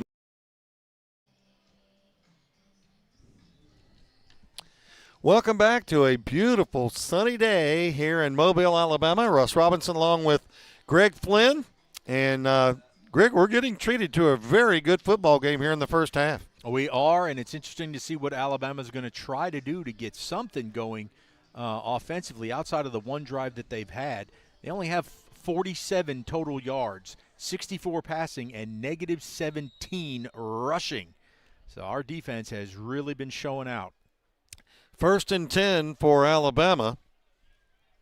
Here comes the Mississippi defense. He's rolling, looking, and going to be slowed down from behind. Now going to throw back, and it's caught at the 20, and he has got some room. Gone. It's a foot race. What a play. And that was just magical. Yeah. That was just magical by K.J. Lacey because they had him hemmed in, nearly sacked, and then he just kind of flicks that ball up, and nobody was there because everybody was collapsing on him. And that that was just phenomenal by Dalen Upshaw. Well, Zach Ruffin was really the last man that had a shot at him, and he got blocked out. And it really wasn't that legit. So, No. I mean, that was, a fire play, and that's what he does. K.J. Lacey makes things happen when things break down, and Alabama wants to call a timeout. Yeah. On the point after, they may be, going for two? They lead it 13-12. Give us a chance to thank the folks that made this game possible today. Malone Roofing. They're more than just roofers. They're a part of your community. And by State Treasurer David McRae and his college savings program and the Unclaimed Money program. And, of course, Cricket Wireless. The holiday season here. Great gifts await you at Cricket Wireless. Smile. You're on Cricket. Alabama doubled their offensive output on that one play, now up to 134 yards total, 151 passing, nearly all K.J. Lacey. He's 9 of 16 for 147 yards and 2 touchdowns to the 1 interception. So I think they're going to go for it. Yeah, because then that puts you up by a field goal. Right. So a field goal by Mississippi would tie it. So it makes sense. What are those? The analytics. Throw that into the game early here in the first half. The analytics say go for it. Carson Gill in the ballgame. Watch Lacey try to go to him. Lacey going to turn around and go back the other way.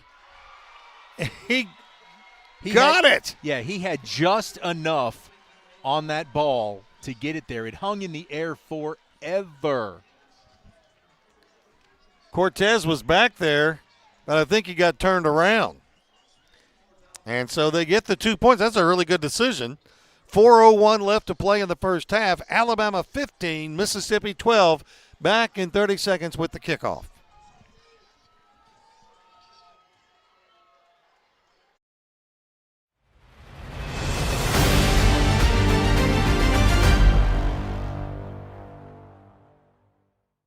At Mississippi Public Broadcasting, We tell local stories that matter.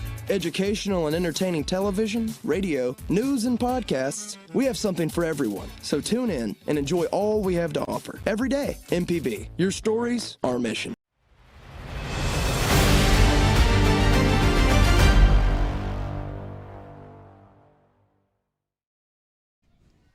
Welcome back, KJ Lacey with a little magic. Throwing, and you said it, Greg. You called it correctly. He just flipped that ball, flicked it with his wrist. Yeah, and he floated it up in the air, and unfortunately, Jamani Washington could not catch up to that ball. Kick going to go into the end zone for the touchback, and we'll see how Mississippi counters now. Wonder who they'll come out with at quarterback. We've seen Deuce in the first half, Deuce Knight. Deuce Vance is also on this roster. It's interesting. Alabama had that really good opening drive of the game where they went 14 plays, 80 yards, and took that 7-0 lead. Then they just had one play for 87 yards to take now this 15-12 lead. That's the long and short of it, I guess. And Mississippi taking a little time talking with head coach Tony Vance and his offensive coordinators. Let's see who they'll bring in at quarterback. Elijah Jones will be in the backfield. Deuce Knight. Deuce is we need to get Deuce loose. We really do. Well, Elijah Jones ran the football well in the first quarter. Let's see what Mississippi does now. One wide out to the bottom of your screen, three to the top. And Elijah Jones back in the backfield with Deuce Knight. Deuce averaging about 10 yards of completion. He's 5 of 7 so far for 56 yards. He's also still the leading rusher with that one carry, you remember, for 24 yards. Looks like they were having some communication problems out there because Deuce turned around and threw his arms out like, I'm not sure what you're asking for here. So a timeout on the field. We'll take it with him. 4:01 to play in the first half. Alabama 15, Mississippi 12. Back in a moment.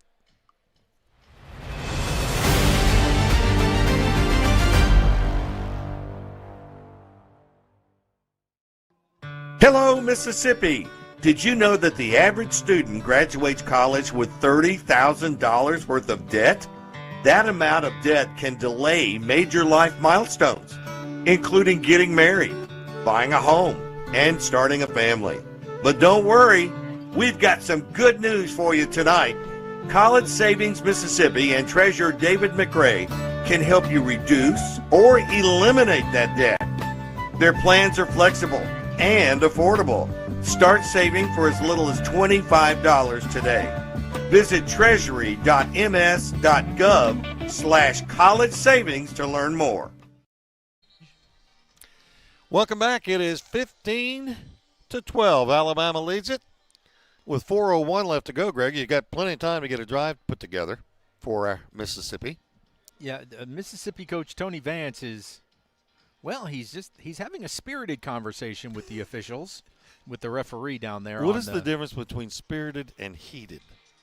Well, spirited just means you have a lot of exuberance. Heated means you're pointing your finger in the guy's face and you're going to get run out of here.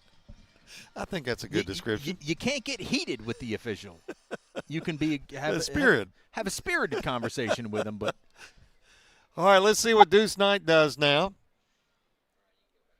4:01 to go here in the first half. The conversation is ended. Well, it's just starting with the two officials where the ball is. Well, the referee's now coming in to talk to the umpire. I guess maybe it was a formation type that he wanted to make sure was okay, because you do have you do have these nifty little rules in the All-Star game.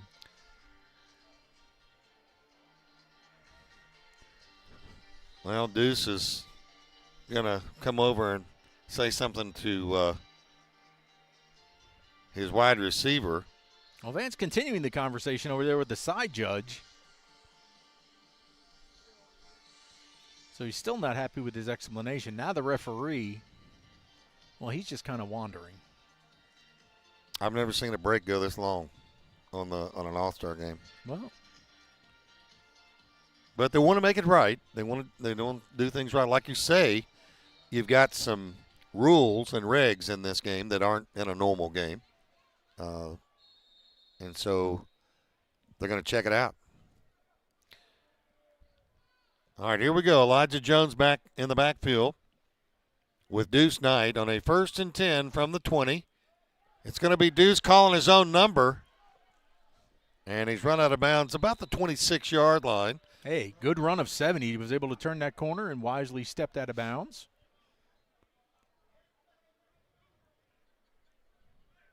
And he is going to be taking his talents to Auburn. Is that correct? He is indeed. Be playing here in this home state of Alabama, which will become his new home for at least 4 years. Well, you never know with the portal. I can't say 4 years anymore. All right, here's 2nd down and 4. Deuce. Go again. Go. Go. Going to turn it up the field. He's going to get the 1st down, barely. But he got it. It was good coverage by Alabama back there, Greg. He didn't have anybody to go to. No, and that's why, hey, pull it down, use your legs. You know, and that's why you're the leading rusher in this game thus far. And he pushed the cornerback. He told his receiver to go deep because he wanted to run that cornerback off. He got the 1st down, though. 1st and 10 from the 30, the Mississippi 30. They're down by 3, 15-12. Here's the snap. Knight to throw. And short of the wide receiver. Well, he had Elijah Jones out there. That's who he was looking for, but didn't have enough on that throw, and it fell incomplete. He was looking for quick hitter there, and Elijah just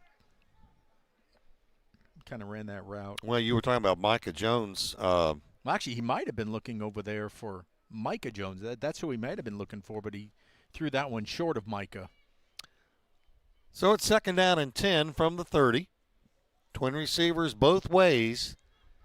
Elijah Jones in the backfield. Here's the snap. Deuce throws. It's caught for 5. Pushed out of bounds quickly after the catch.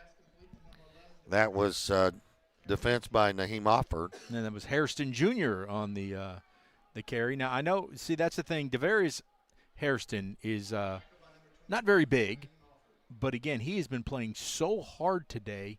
Doesn't have a D1 decision yet, but I hope that somebody will give this young man a shot because he is so unselfish. There he is again. There he is again, and he got the 1st down. And, boy, Deuce put that the only place that could be caught and steps out of bounds with it for a 1st down. Such great hands there by Hairston, too, securing that football, continuing to drive, a good possession receiver. And he was right there on the edge, so he did a little tippy-toe over there on that far side. Out of Starkville. It's a Yellow Jacket. 1st and 10 from the 40. Knight back to throw. Has got some room to run, and that's what he does. 45-50, and steps out of bounds in Alabama territory at the Alabama 46. And that's really going to be there every time because the linebackers are dropping into coverage, and so there's nobody there when they clear it out. Well, Miles Johnson did a good job just for Alabama just to slow him down. And that was the only person there. He was the spy, I think. On Knight? Yeah, but still, Knight's going to beat anybody to that corner. 1st and 10 for Mississippi at the 46 of Alabama. Twin receivers to the left, one to the right. Here's the throw. Same thing again. They're just picking them to death. Well, they found a good mismatch over there that Hairston has found himself. It's the same play. Good place to settle down, and he knows he's reliable. So that's when you hope that as the corner bites up, that then you can run a stop and go and then run him deep, and then it should be wide open. Pickup of 7. It'll be 2nd down and 3. Knight looking, pumps once, in trouble. Rolls. Throws. Caught for the 1st down at the 28. There he is. That's Micah Jones out of Madison Central, 6'5", 240. Played for Toby Collins. Toby's done a great job over there at Madison Central. Yep, that's why we've been waiting to see Micah. You're going to see him, and he's got a great chance to start as a freshman next year at the University of Florida. He's just got that size and the talent to do it. Great blocker, too. 1st and 10 from the Alabama 28.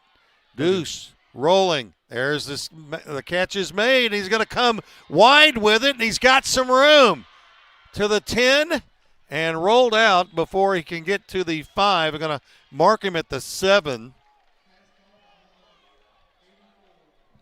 On that reception, Trey Stevenson out of Germantown. And shows the speed as he cuts this back across the field, and everybody having to run parallel. Get that ball in there for a 1st and goal. That was terrific there by Trey. And we have voice of Germantown, Jared Schatz, call the Friday Night Under the Lights show every Friday night, and he's been talking about this young man and what he can do offensively. Did he get him to jump? No. Nope, got back. Trey's another one that he'll be playing on this field next year. He's playing for South Alabama. Looks right at home. There's Deuce, shakes a tackle. Boy, is he strong.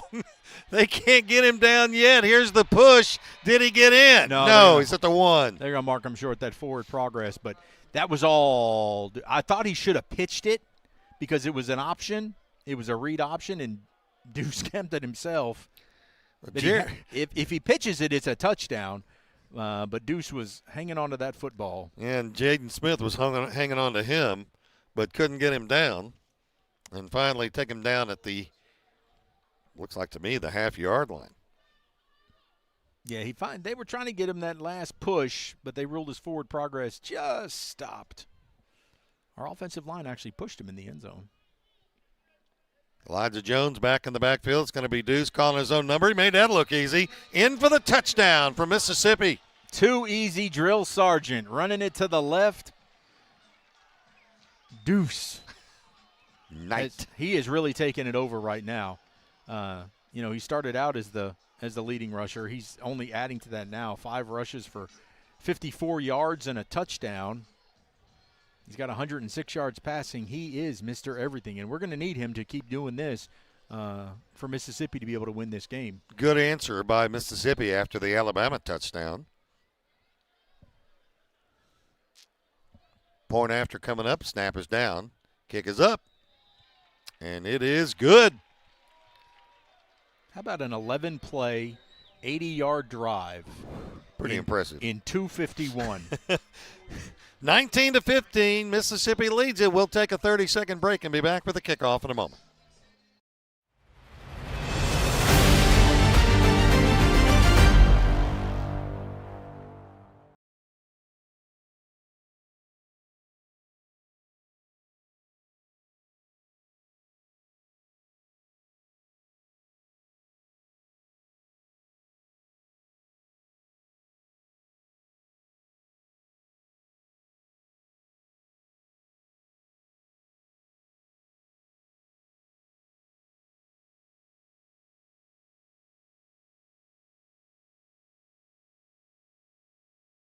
Malone.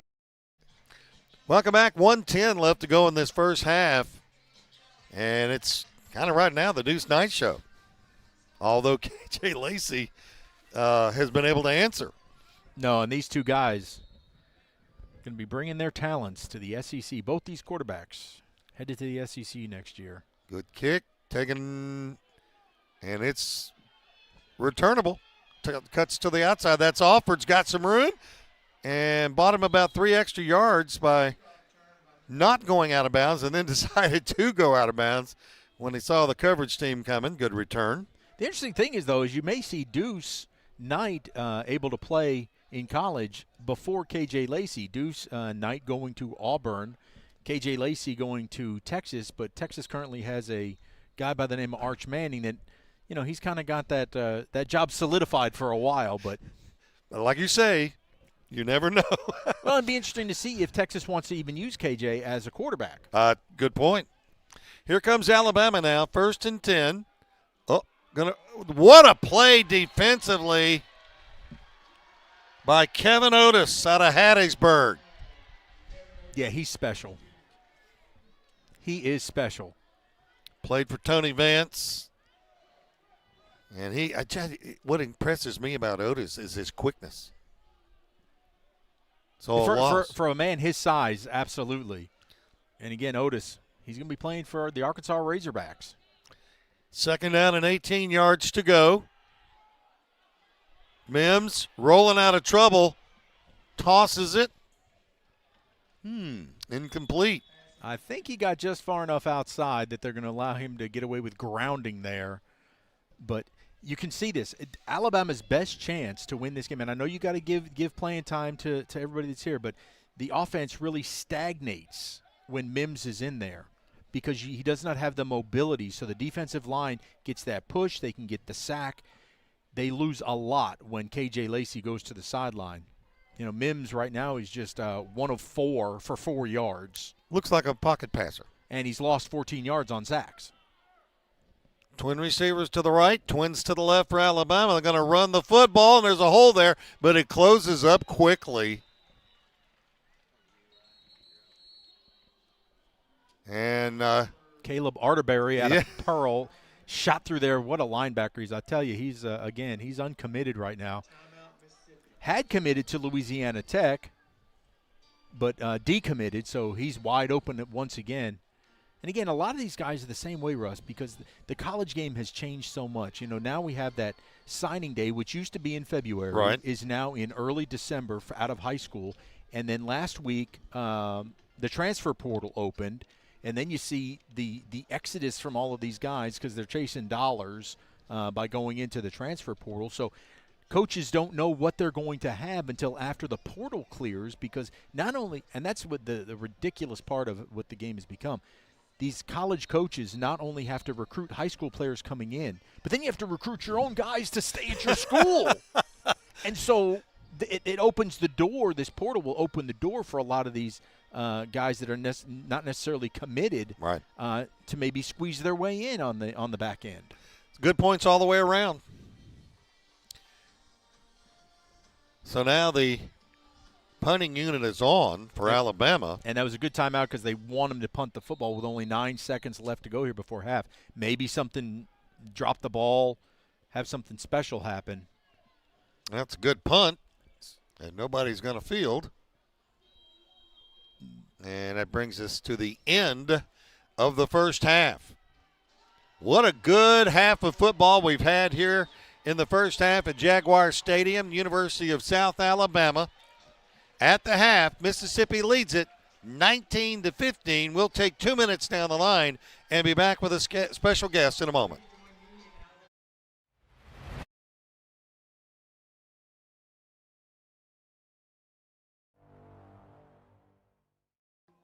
Hello, Mississippi. Did you know that the average student graduates college with $30,000 worth of debt? That amount of debt can delay major life milestones, including getting married, buying a home, and starting a family. But don't worry, we've got some good news for you tonight. College Savings Mississippi and Treasurer David McRae can help you reduce or eliminate.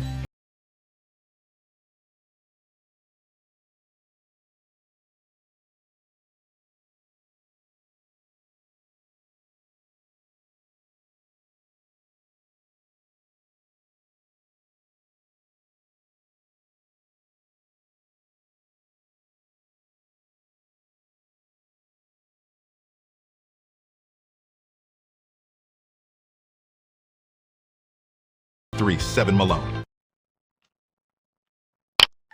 People who come to cricket stay with cricket. I volunteer at a bunny rescue, and with cricket, my bill is consistent. Wait, this is huge! A new offer, 5G for 15. You heard it here first. 5G plans starting at $15 a month. Smile, you're on cricket. At Mississippi Public Broadcasting, we tell local stories that matter.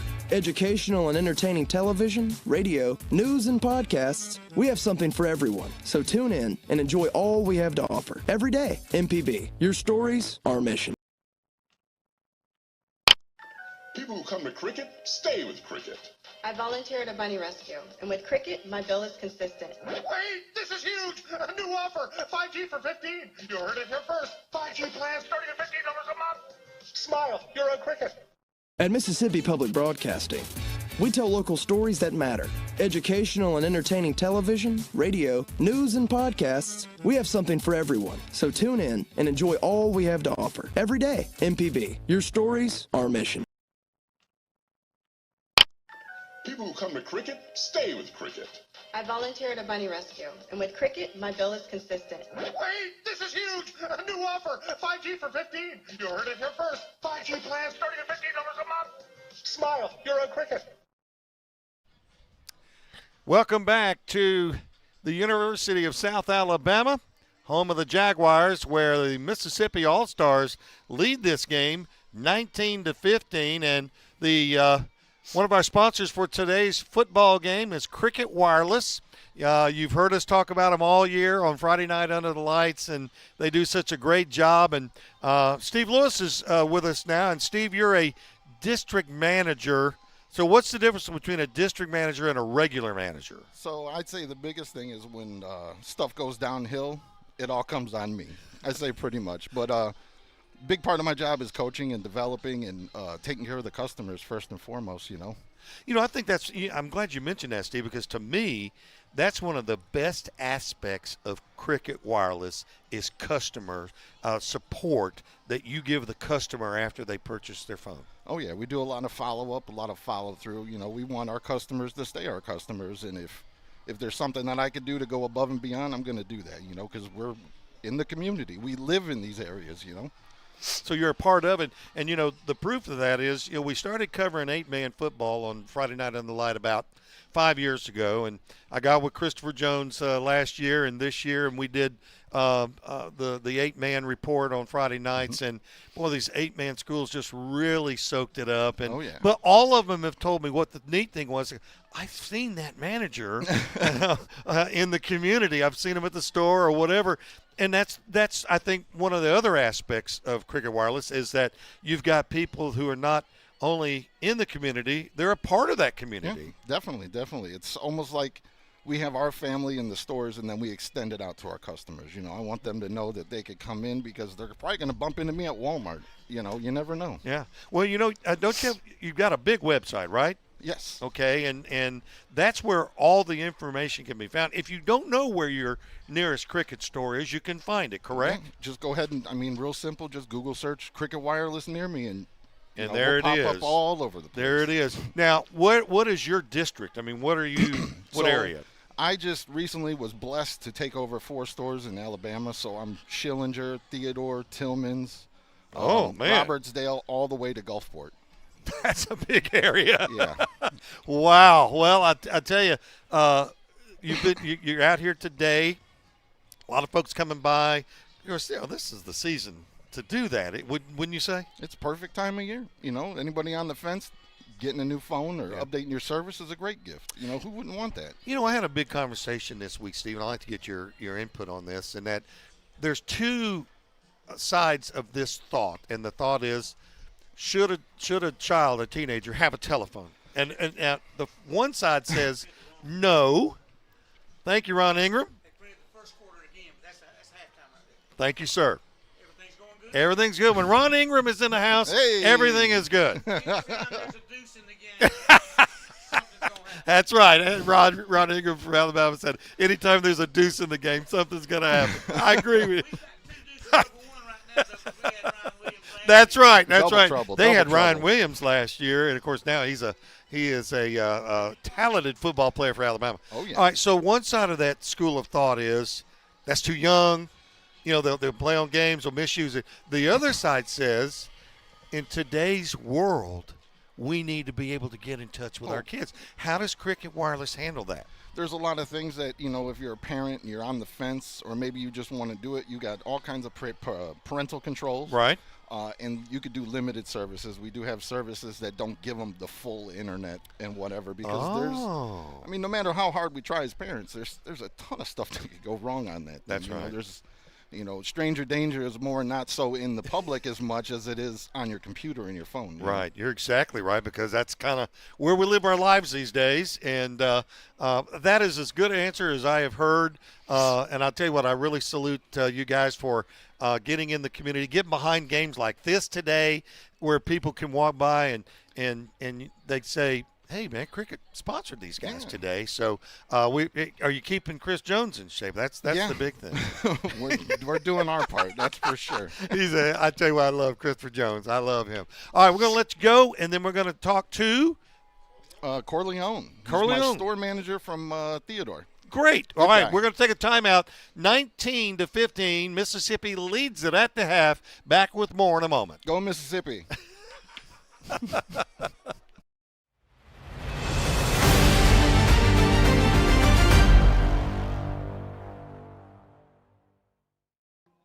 Hello, Mississippi. Did you know that the average student graduates college with $30,000 worth of debt? That amount of debt can delay major life milestones, including getting married, buying a home, and starting a family. But don't worry, we've got some good news for you tonight. College Savings Mississippi and Treasurer David McRae can help you reduce or eliminate that debt. Their plans are flexible and affordable. Start saving for as little as $25 today. Visit treasury.ms.gov/college savings to learn more. Commercial roofing, reliable and durable solutions for your business. Residential roofing.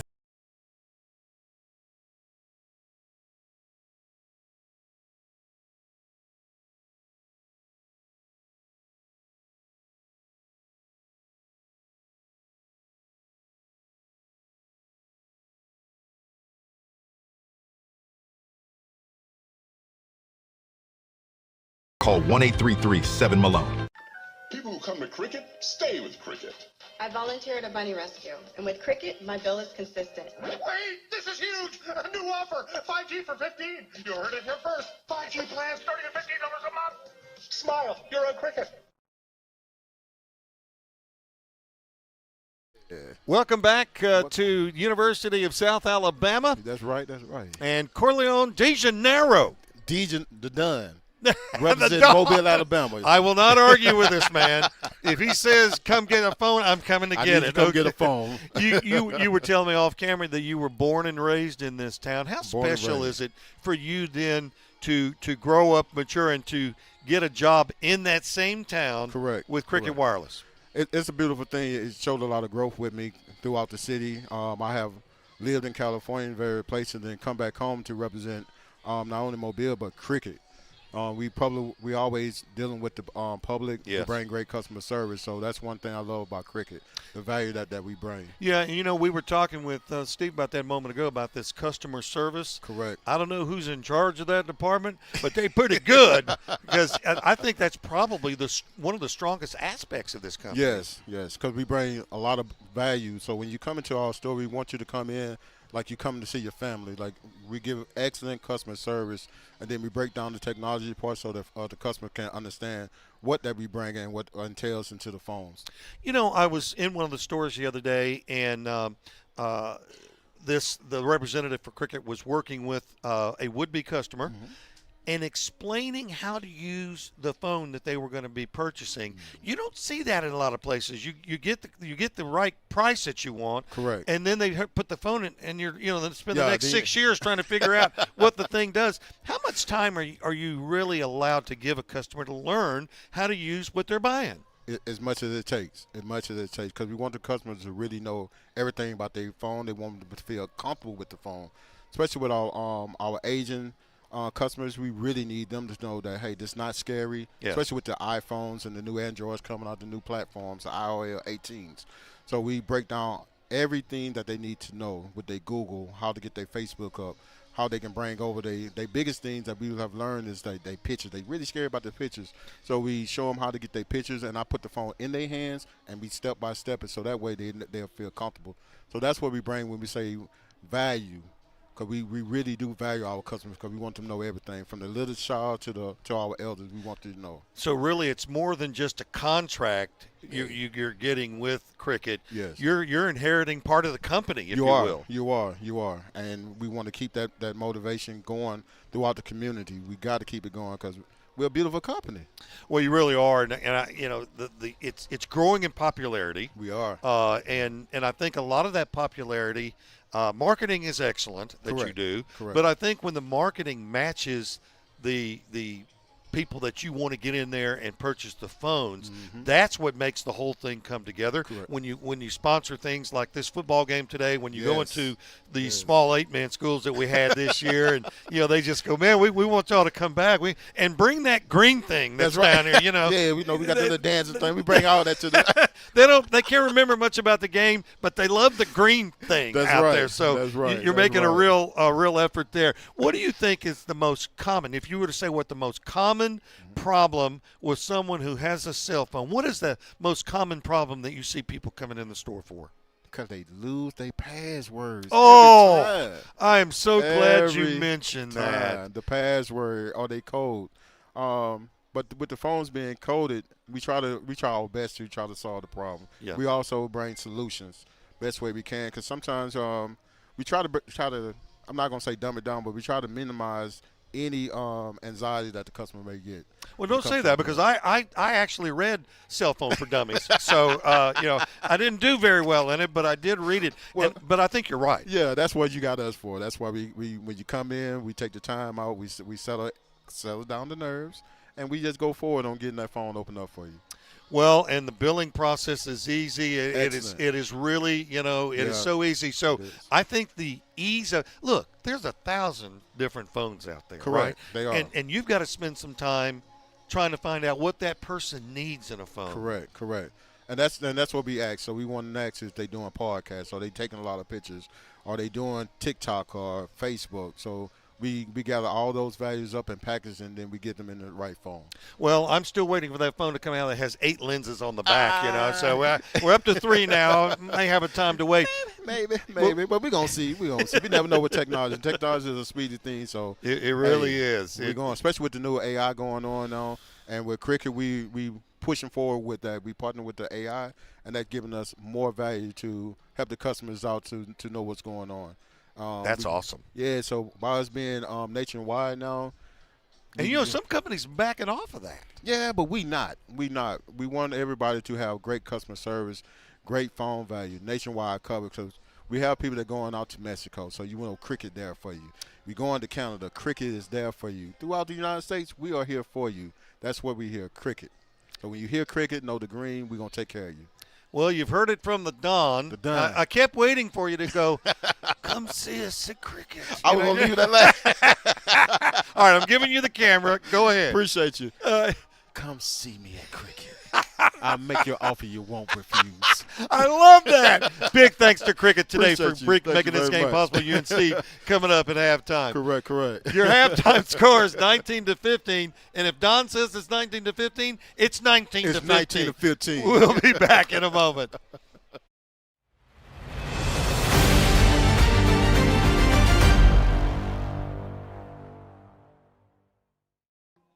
Hello, Mississippi. Did you know that the average student graduates college with $30,000 worth of debt? That amount of debt can delay major life milestones, including getting married, buying a home, and starting a family. But don't worry, we've got some good news for you tonight. College Savings Mississippi and Treasurer David McRae can help you reduce or eliminate that debt. Their plans are flexible and affordable. Start saving for as little as $25 today. Visit treasury.ms.gov/college savings.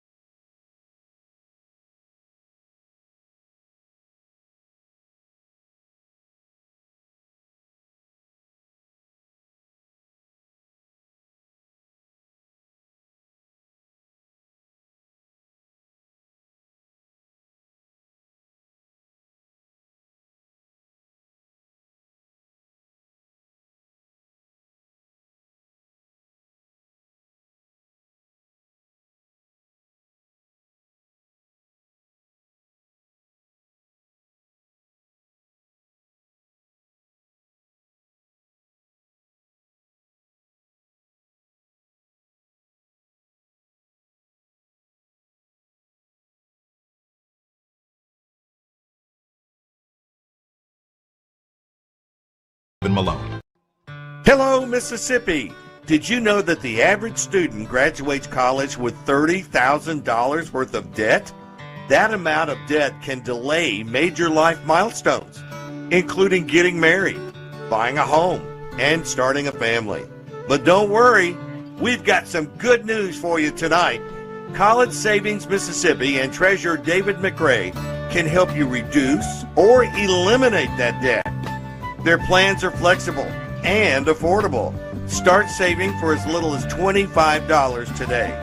Visit treasury.ms.gov/college savings to learn more. People who come to cricket stay with cricket. I volunteer at a bunny rescue, and with cricket, my bill is consistent. Wait, this is huge! A new offer, 5G for 15. You heard it here first. 5G plans starting at $15 a month. Smile, you're on cricket.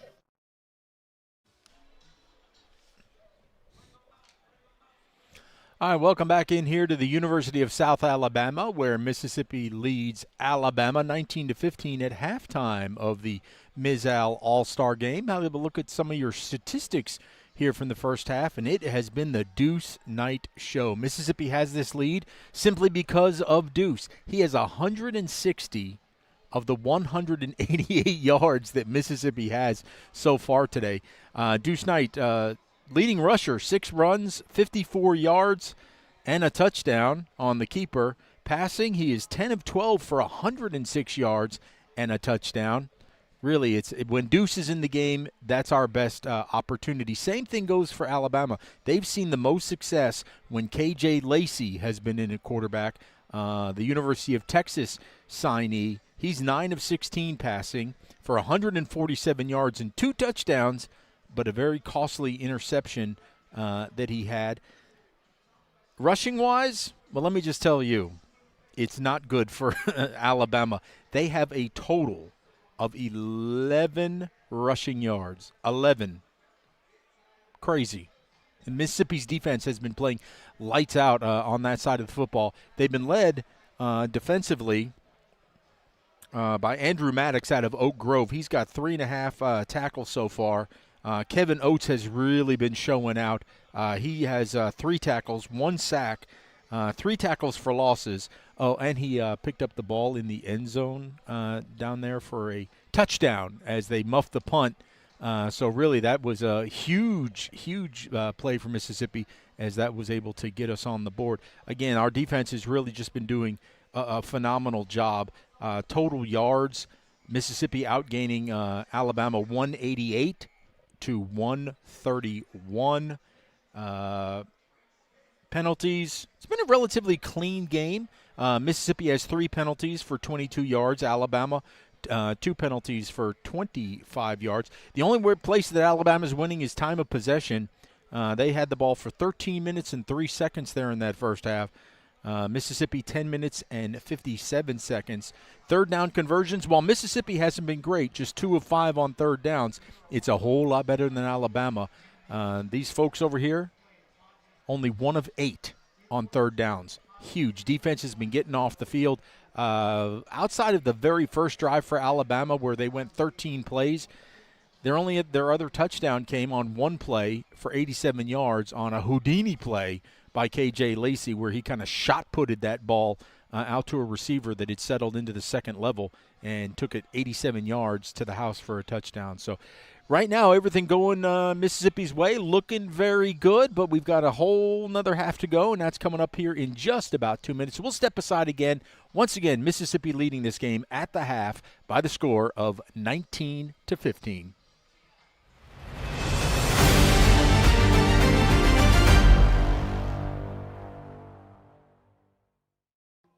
Hello, Mississippi. Did you know that the average student graduates college with $30,000 worth of debt? That amount of debt can delay major life milestones, including getting married, buying a home, and starting a family. But don't worry, we've got some good news for you tonight. College Savings Mississippi and Treasurer David McRae can help you reduce or eliminate that debt. Their plans are flexible and affordable. Start saving for as little as $25 today. Visit treasury.ms.gov/college savings to learn more. People who come to Cricket stay with Cricket. I volunteer at a bunny rescue, and with Cricket, my bill is consistent. Wait, this is huge! A new offer, 5G for 15. You heard it here first. 5G plans starting at $15 a month. Smile, you're on Cricket.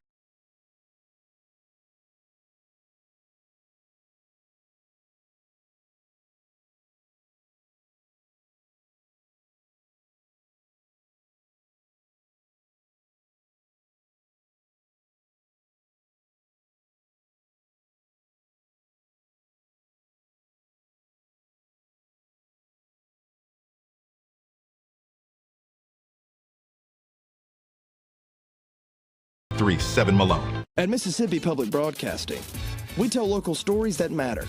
Educational and entertaining television, radio, news, and podcasts. We have something for everyone. So tune in and enjoy all we have to offer. Every day, MPB. Your stories, our mission.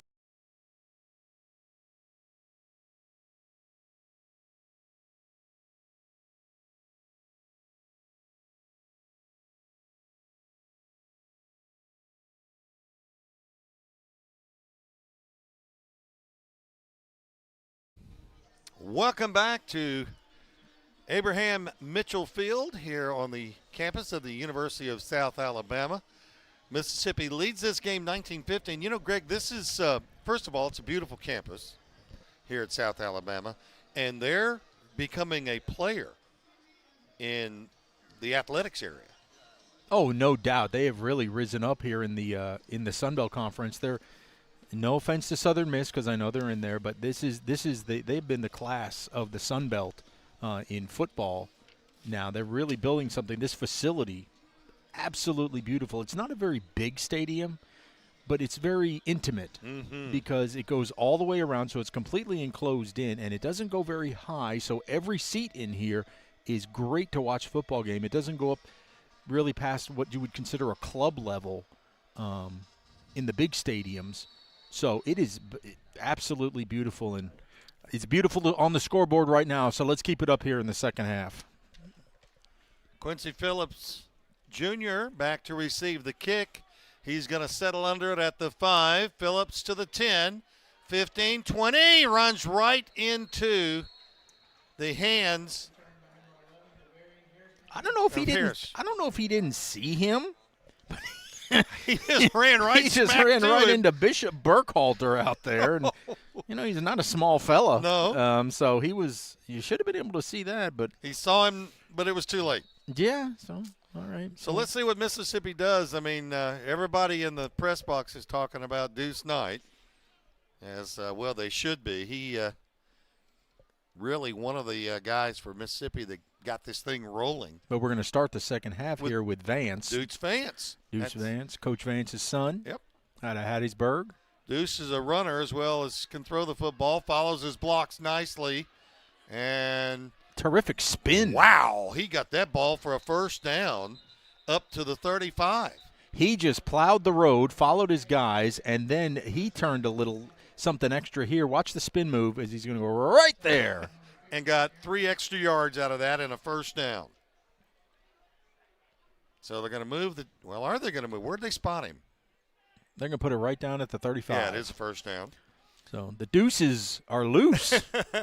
Here's Deuce Vance again, trying to cut to the outside, just picking and clawing his way for 4 yards, and they should have had him in the backfield. Well, and he's riding the wave. He's riding the wave of the offensive line down there. And our guys, I'm telling you, both our offensive and our defensive lines have been tremendous here in the early going. And you had the pulling guard there, Ryan White Jr. out of Germantown, helped lead that way. These guys have really, really been winning it in the trenches so far. 1st and 10. They'll come back with the run again. The Alabama All-Stars caught up to him and en masse take him down. So after those 2 big runs in physical runs by Vance, he went over to the sideline to get a breather. So Deuce Knight back in there for us at quarterback. Eric Winters in on that last tackle for Alabama. Those 2 runs will take a lot out of you. You know, you deserve to be able to come over and rest a minute. Yep. But that's the great part. You don't lose anything here. No, you put Deuce Knight back in there, and it's, okay, pick your poison. Say, okay, Deuce, get back in there, in which they both look at you. They both want in. Nobody's covering the slot right now. Deuce Knight squares to throw, runs out of time, throws. And it is That's going to be a catch. Cameron Triplett there out of Louisville. He's had a nice game. He just put both knees on the ground and secured the catch. Wasn't worried about any run after the catch. But you see the strength in Deuce Knight's arm. I mean, I know that was a low throw, but he's on his back foot going the other direction and throws it that strong. Tremendous arm strength to be able to throw back across your body like that. Okay, Rogers back there with Deuce in the backfield on a 1st and 10 from the Mississippi 46. Here's Vance. And Deuce Vance gets a couple. So now they'll rotate him back in. So Vance does a nice carry there. You know, from a defensive standpoint, Greg, that's hard to deal with. When you have the true runner in Vance and when you have Knight, they can come in there and do both. It is a terrific 1-2 punch that we have. Picked up a couple. Well, they're saying a yard now. 2nd down and 9 from the 48. Oh, my. Runs the football right into the teeth of the Alabama All-Stars. But McCaleb Taylor, he still found a way to get positive yardage out of that. They're going to give him 2 yards because he just kept plowing. He ran into a brick wall, but bounced off and still made something positive out of what could have been no gain. What a great job Michael Fair, the coach up at Grenada, did this year. Terrific, absolutely terrific job in winning the 6A state championship. 3rd down, 7. Deuce back to throw. Here comes the pressure. He rolls out of it. A flag goes down. Catch is made for the 1st down, but hang on. A beautiful catch there by Tyree Barnett out of Hattiesburg, but this will be coming back as a holding call. And on a play like that, Greg, that's just so easy to happen because you're trying to allow your quarterback to get in an area where he can throw the ball. Well, and Tyler Miller down there out of Laurel pleading his case, so I have a feeling he was the guilty party as he was having a lot to say as he's pointing, no, that couldn't have been me. Well, just because I have a handful of his shirt in my hand. So I wasn't holding. That'll back us up. See, and that's the key. You want to stay out from, behind the chains so much. Look for Deuce Knight maybe to pull this ball down if he doesn't have anything open. That our 4th penalty now for 32 yards. Going to get pressure off the right side. Here's Deuce to throw. They pick it up. They throw the ball, and it's overthrown. Deuce Knight overthrew, and Mississippi will be forced to punt the football away. And Tyree Barnett, not quite tall enough, at only 5'9", 165. He'd had to be in about 6'3" to have an opportunity to catch that one. Yep. But, hey, he put it where nobody else was going to be able to catch it. So now the punting team is on. Jack Richardson has done a terrific job punting the ball so far today. Good snap. Good kick. And he's going to try to run it. And good open field tackle. Tyshawn Willis finishes it off. But I think Cortez Thomas got to him first. Well, Richardson had been averaging about 48 yards a punt, and that one was equally as far. I believe that one's going to go down as a 49-yard punt. So Jack has done a terrific job today. When you can flip the field like that, he had a long of 63 earlier on that good roll end-over-end kick that he had. All right, Alabama's got it now, and they will start with K.J. Lacey out of Saraland. I'd rather have Mims in there. Here comes Mississippi, and Lacey's hit as he throws. But whistled. Well, they blew it dead. Offsides, yeah, on Mississippi. Well, I guess that's considered a dead ball foul other than giving them a free play.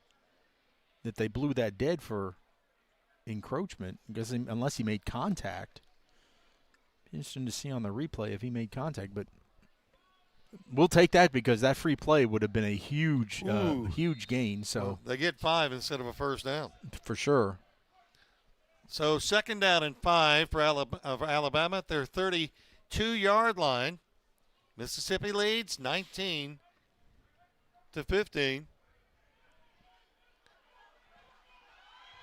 Room to run and run out of bounds, and that's a first down.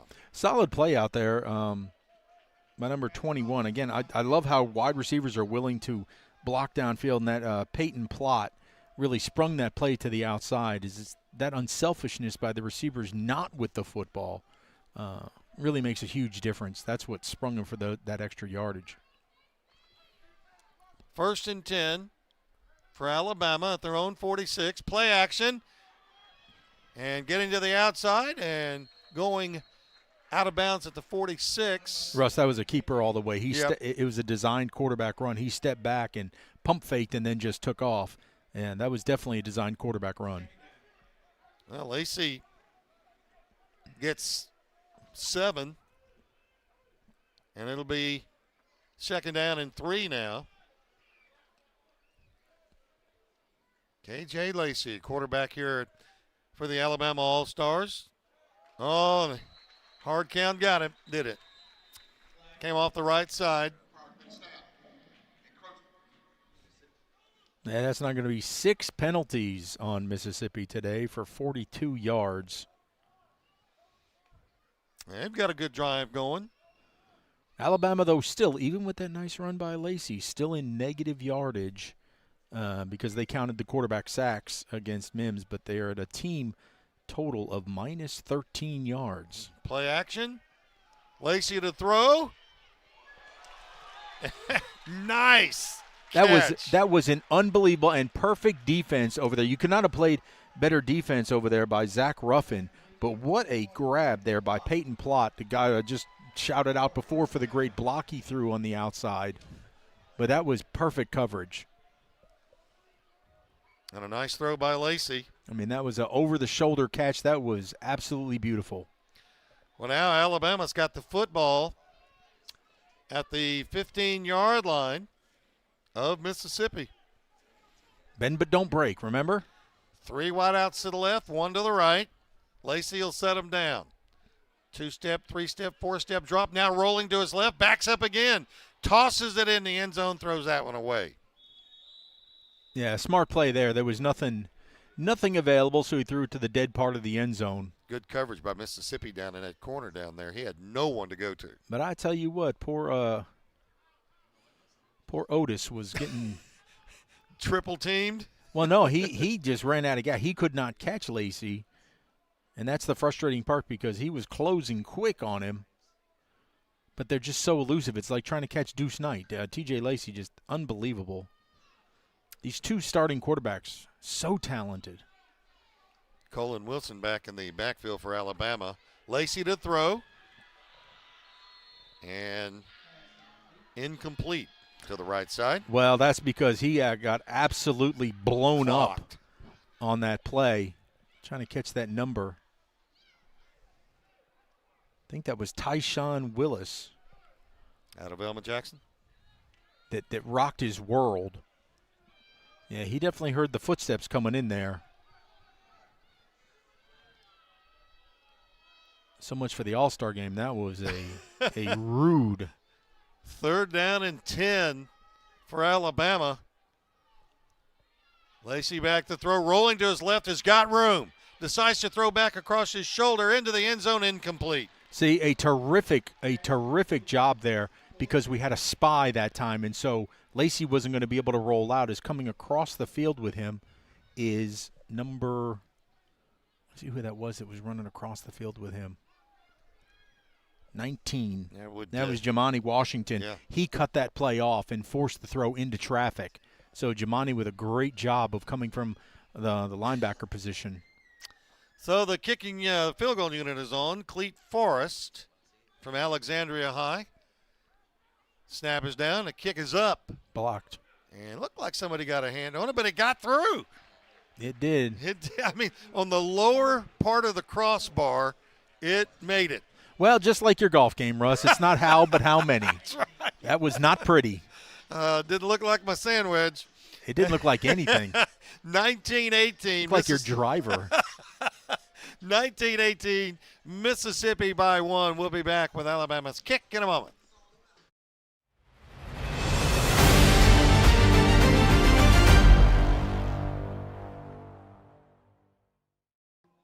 Hello, Mississippi. Did you know that the average student graduates college with $30,000 worth of debt?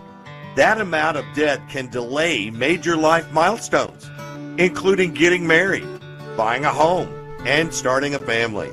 But don't worry, we've got some good news for you tonight. College Savings Mississippi and Treasurer David McRae can help you reduce or eliminate that debt. Their plans are flexible and affordable. Start saving for as little as $25 today. Visit treasury.ms.gov/college savings to learn more. Welcome back, 19-18. Mississippi hanging on by a point. And you know, that missed extra point when Mississippi scored their first touchdown may loom very large in this game. It certainly can. And then Alabama going for a 2-point conversion there at their touchdown before halftime. But we still lead on the scoreboard. We're going to, send Deuce back out there, and let's hopefully we can get some points. Alabama went 7 plays, 58 yards in just 50 seconds, resulting in that 32-yard field goal. By Cleet Forrest. I think Cleet's a great name for a high school football player. Well, he better kick better than that. He's got a great name, but that was an ugly kick. I mean, it just snuck inside the crossbar. That was really low. We looked at it on the replay. It actually was not deflected. He just kicked it low. He just kicked it bad. All right, they got Quincy Phillips Jr. down there ready to receive along with Tyree Barnett.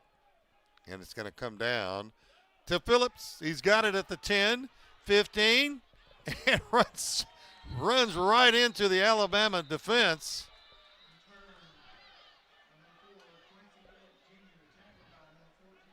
On the tackle was Bishop Burkhalter. That's the young man you were talking about a while ago. Well, that's the same one that tackled them the last time. That's now, right. The Quincy needs to look and see where 14 is. Yeah, where 14 is, run the other way, because that's the second time he has gotten obliterated by that young man. All right, let's see who they'll go with at quarterback. Looks like it's going to be Deuce Knight. No, it's going to be Noah. Noah Gillen. Yeah, it's looking at the wrong helmet. They've got Elijah Jones in the backfield with him. And that is Gillen out of Tupelo at the helm. 1st and 10. Going to give it to Jones. Good hard run, but produces about 2 yards. Well, that's just to keep that defense honest. Gillen is your true passing quarterback. He's your pro style. He's not going to take off and run on you. But when Gillen's in the game that way, they can't sell out to the pass, that they have to kind of creep up. Twin receivers to the top, twins to the bottom of your screen. 2nd down. Gillen throws, and it's picked off and dropped. That was 6 going the other way, and I think that's why he's jawing with the Mississippi coaches. He was trying to score that. And Naheem offered. But what do they say? That's why he's on defense, because he's not a wide receiver. You drop the football like that. That's why you're playing defense, young man.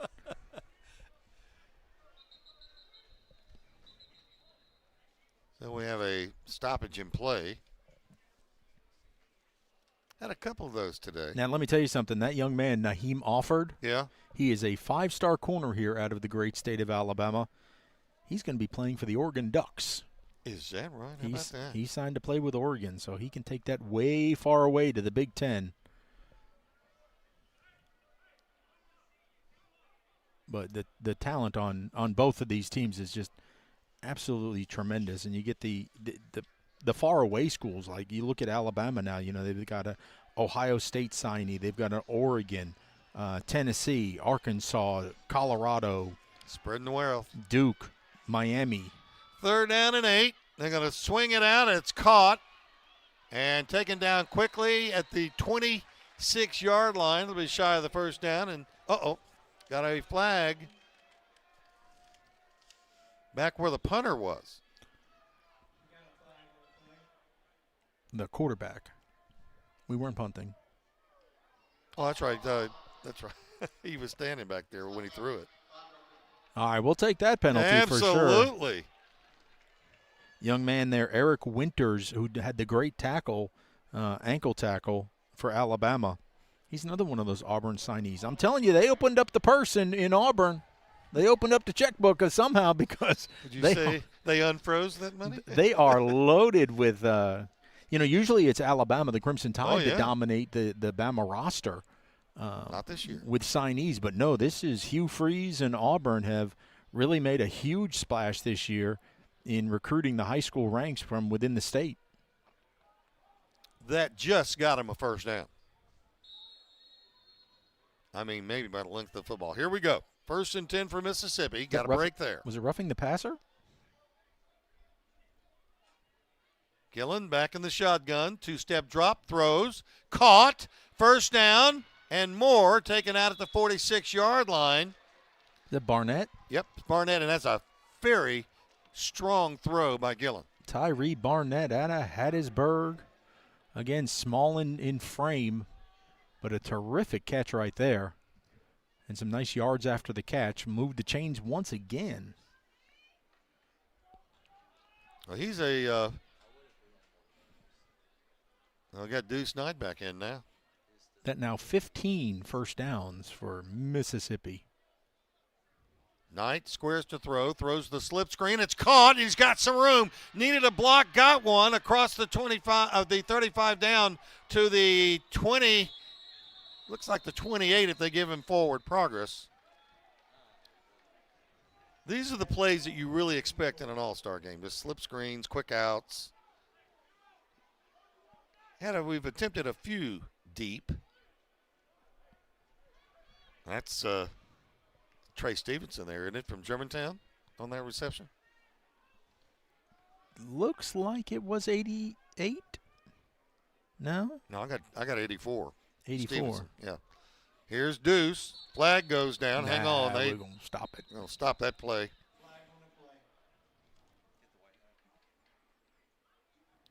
Illegal procedure on Mississippi. Well, in that situation, you just give Deuce Knight a little more room to work That's with. the one thing. We've been a little out of sync. No, well, with penalties, we've been shooting ourselves in the foot. That now our 7th penalty for 47 yards. Alabama with just 3 penalties for 30 yards. So self-inflicted wounds. But again, you're right. We can just help pad the stat sheet. Looks like now it's Vance back in there, Deuce Vance.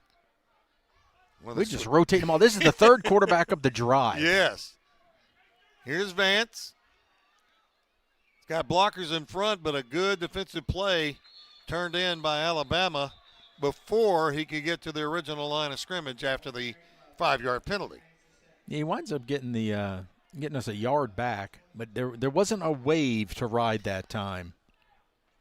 It's kind of like Alabama stacked everybody on that side over there. I mean, he runs so smooth. Vance just runs so smooth, and it's like nothing. He's so patient in just sliding down that line, riding his offensive line, looking for that extra hole. Just wasn't there that time. Deuce Knight in the ball game now at quarterback for Mississippi. Twin receivers to the left. And they got a lineman getting in late, or a tight end. That's Maddox Lynch. Here's the snap. Deuce to throw. Rolls to his left, kind of directing traffic. Fake pumps. And a really good tackle made. That's by Anquan Fegans, another Auburn signee out of the state of Alabama. Played at Thompson High School. That is a great area for high school football, where Thompson High is. That was Tyler Miller, our left tackle, that was kind of late getting on the field, 59. He's all settled in now. 19-18 your score. Mississippi, we're going to get a penalty here. Another self-inflicted wound. Have to see if Deuce Knight can pulling him out of this spot. Well, at least get us in field goal range. You know, you need to get about 15 yards.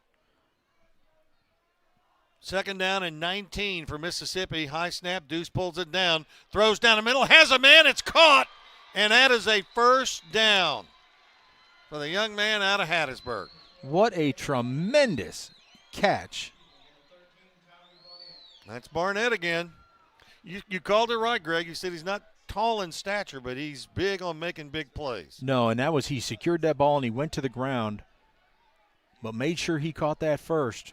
Terrific play by Barnett. 3:29 to go in the 3rd. Mississippi on the move. Deuce Vance just following his blockers will pick up 2, maybe 3. He's so patient. Again, that's the best thing I can say about him. He is so patient. They're actually going to give him. He's going to pick up 5 on that rush. It's just effortless when he runs down the line, and he loves running to his right. That's obvious. That's his bread and butter. But it's just so smooth and fluid as he goes down that line. You know, Greg, he started as a freshman for Hattiesburg. I could see why. Yes, he did. He got. And it's not just because you're the coach's son. No, he earned it. He certainly earned it. Here's the snap. This is Elijah Jones. Going to be shy of the 1st down, but a good hard run off the right side. It was, but that was it didn't look overly smooth. It was a delayed handoff that Vance gave it to him very late. But we had a pretty good push, and it's going to give us a 3rd and manageable for sure. Got a timeout on the field. Injury. We got a man down for Alabama. We'll take that timeout with them. 2.5 minutes to play in the 3rd quarter. Mississippi 19, Alabama 18. Back in a moment.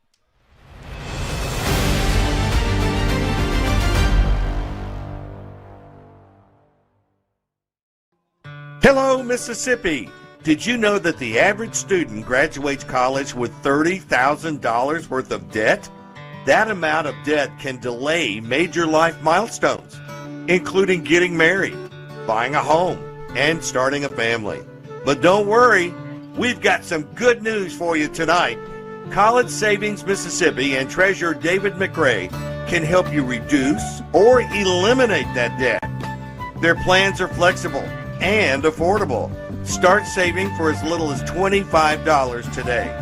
Visit treasury.ms.gov/college savings to learn more. It is numbered 95, Antonio Coleman out of Saraland High School. Defensive line, played for Jeff Kelly. Yep, another Auburn signee. He's able to walk off, though, under his own power. As you said, he got kind of blown up on that play. Well, you're looking at right now at a 3rd down and 3. And they didn't fool Alabama that time. See, you notice he tried to go left that time. Yes. And he looked like a fish out of water. He does not like running to his left. Now making that tackle with authority, Malik Autry out of Opelika High School. Another Auburn signee. Is this a broken record? I'm telling you, they have Auburn up and down this lineup. So now, 4th down and 5, and they will try the field goal. Old Evan Noel out of St. Stanislaus. Snap is down. The kick is up. Looks good. It's good. I'll tell you, credit that holder. Jack Richardson, the punter, out there. He grabbed it out. It looked like it was going to be a little high, but the Mississippi All-Stars lead it now 22-18. We'll take a timeout and be back with the Mississippi kickoff in a moment.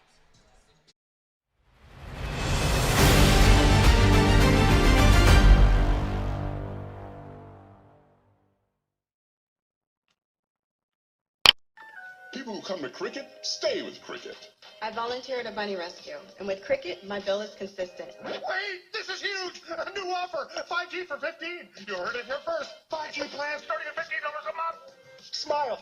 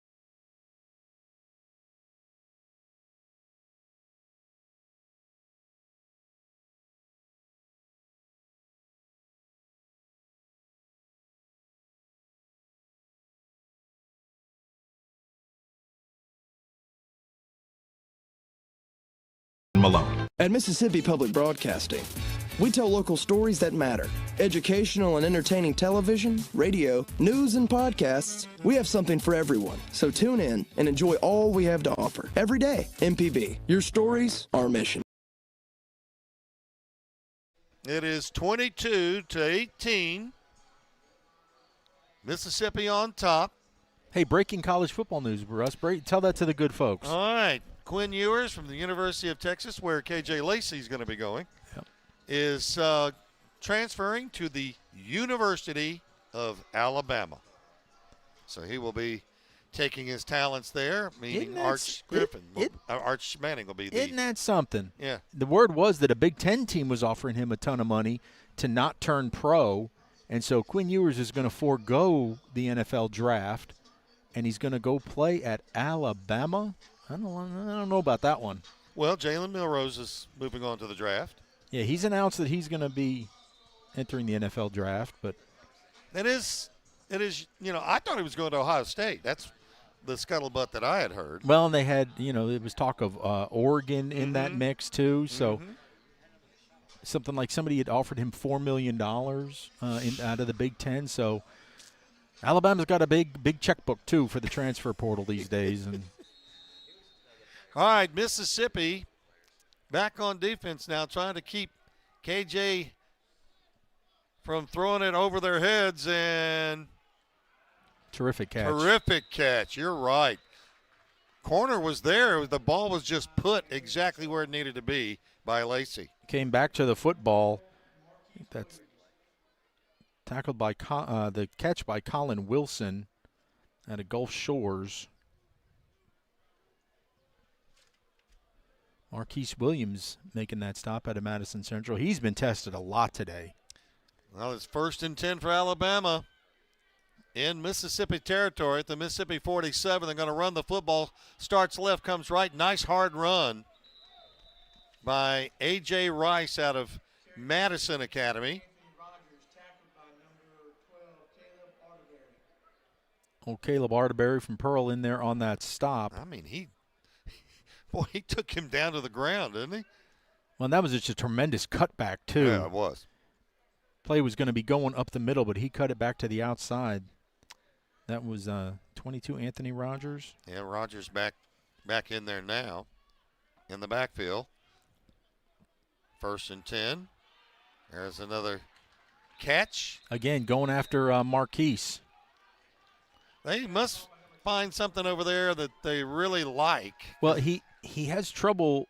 What I'm gathering is playing that bump and run coverage, and he's giving a lot of space, about 5-6 yards, and so those little quick turnaround catches are very effective. 1st and 10 now for Alabama, and they are at the 36-yard line of Mississippi. Here's the snap. Lacey back to throw. Hums the ball, and it is incomplete. Looked like it might have gone off his shoulder pad. Let me tell you something. That was unbelievable. Caleb Arterberry, linebacker, in coverage here. Watch him. Just puts his hands up, straight up, and the ball just deflects off of his helmet. That was great coverage, especially by a linebacker that far downfield. Hard to believe a linebacker was on him that close. Arterberry is unbelievable. Where's he going? He decommitted from Louisiana Tech, so right now he's undecided. His commitment was opened back on signing day. 2nd and 10 from the Mississippi 36. Lacey throws. It's caught. And they got away. Well, they were holding Arterberry like nobody's business over there as the screen pass was blown up. And then they did not throw a flag over there. You'll notice it if we get a replay. Yeah, but they stopped the play, and he was still running. They said he stepped out of bounds. Oh, he did step out? Yeah, okay. They said he was over there too close to the edge. And if you see on the replay here, watch number 12, who gets engaged right there. I mean, just. They saw it on the big screen here, too. And they say he didn't step out of bounds, the Alabama folks. Inadvertent whistle. And so they're going to mark him just short of the first down. So there was something wrong on that all the way around. All the way around, yep. But Arterberry was held, and that's what allowed him to keep going to cut it back inside. So it'll be 3rd down and a yard. This is really a pretty big play for Alabama in this game. Well, the Mississippi coaches over there have been wearing out this officiating crew. 3rd and 1. Lacey rolling left. Throws left, and it is incomplete, and flags fly. Let's take a look at it. The ball was underthrown. Interference. Yeah, the ball was. Lacey, he throws an outstanding ball. Look at this.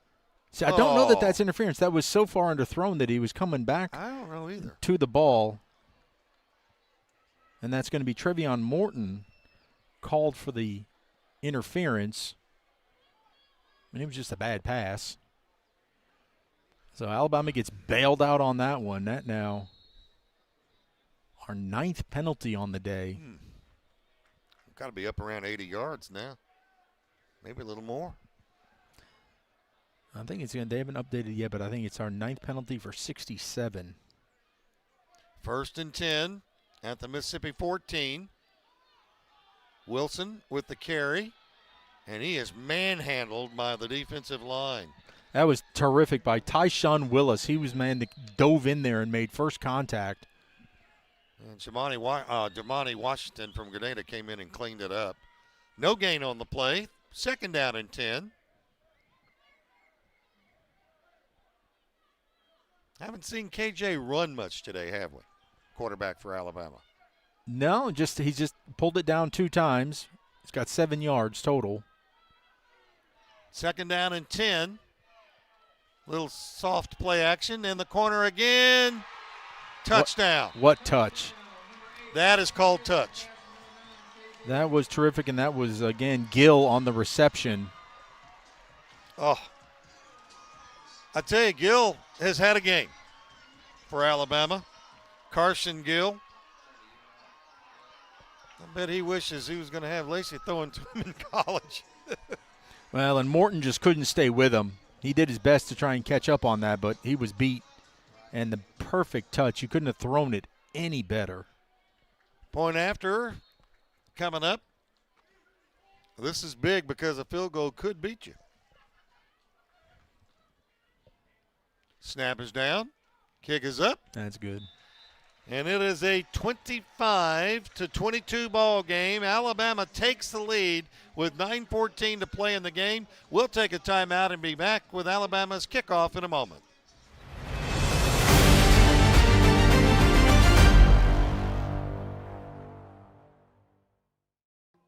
Hello, Mississippi.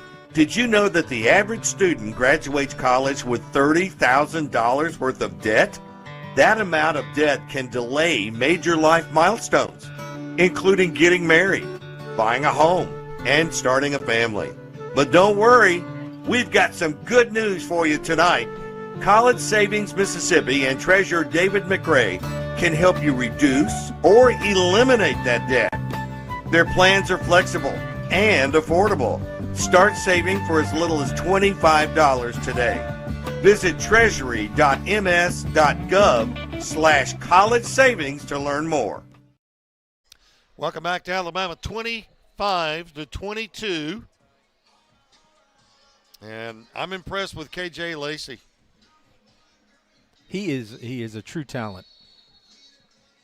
True talent. He can drop a football in there with the best of them. You'll excuse me if I'm grinning because he's headed to Austin.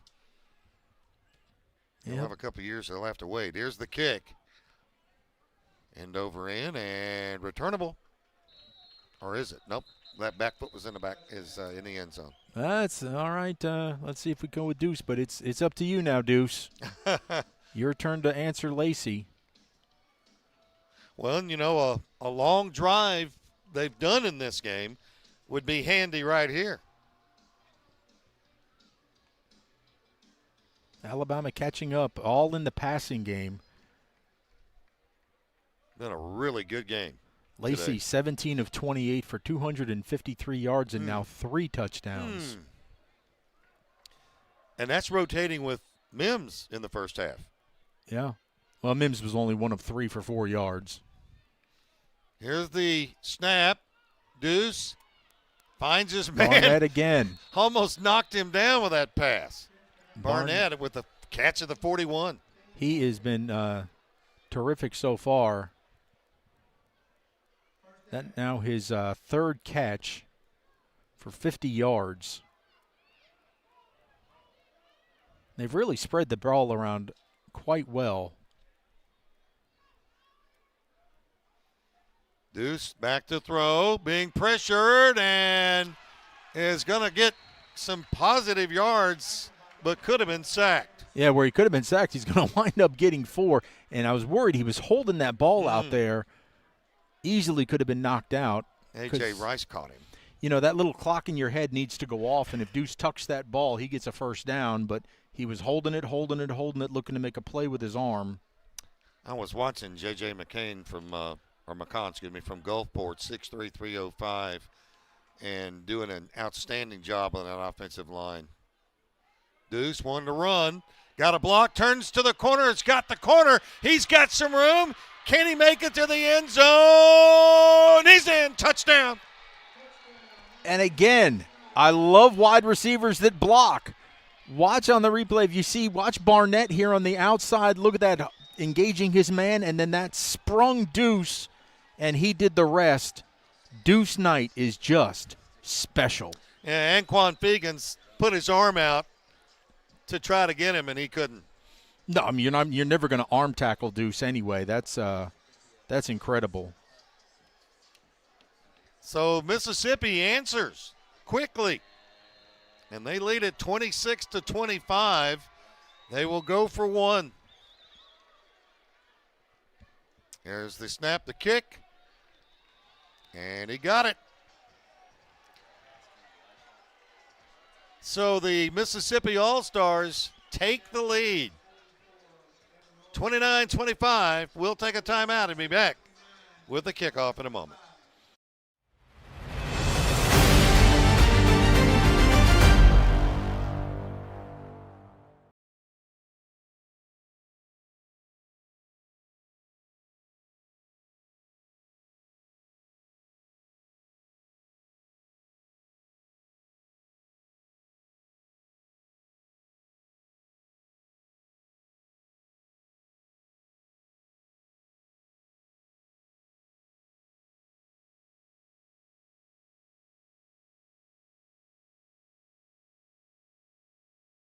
One 833-7 Malone. Where would it be? We're back in here at South Alabama. Mississippi back in front thanks to Deuce Knight now. 29-25. More importantly, it now makes it a more than a field goal game. They need to. Alabama's got to score a touchdown. Maybe they'll put Mims back in the game. We'll give Mims a shot here. Whatever it takes. That'd be nice, right? Instead of KJ Lacey. He's had his turns. By the way, I got that Quinn Ewers information off TWSN. What is that? It's some kind of sports platform. Here's the kickoff. Taken at the 5, up to the 10, 15, and it's got some room in a lane. And still on his feet, turns it up the field in Mississippi territory. Nice return. Touchdown saving tackle there by Tyler Lockhart out of Winona. That's Rogers. Anthony Rogers out of Carver High School.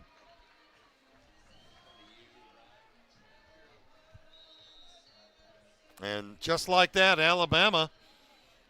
Hey, Anthony Rogers, he's pretty fast, right? Yeah. He's going to Ohio State. They'll love him up in Columbus. So now 3 wideouts to the right, 1 to the left. Here's the snap. It's Lacey and a quarterback hit as he throws, and it's incomplete. No, you can't throw a flag on that. That ball was never going to be caught. That is a terrible call. The flag is laying on the 25. No, that is a terrible call. Well, look at the Mississippi coaches, not very happy with it. Yeah, because that ball was never – Tony Vance is going to get himself thrown out, but he got hit and the ball went out early.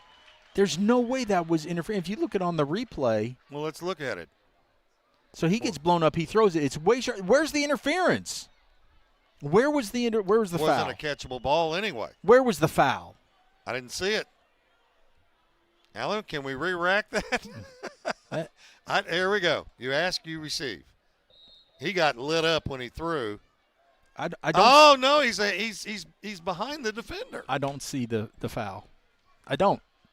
I mean, you call what you see. Yeah, that's crazy.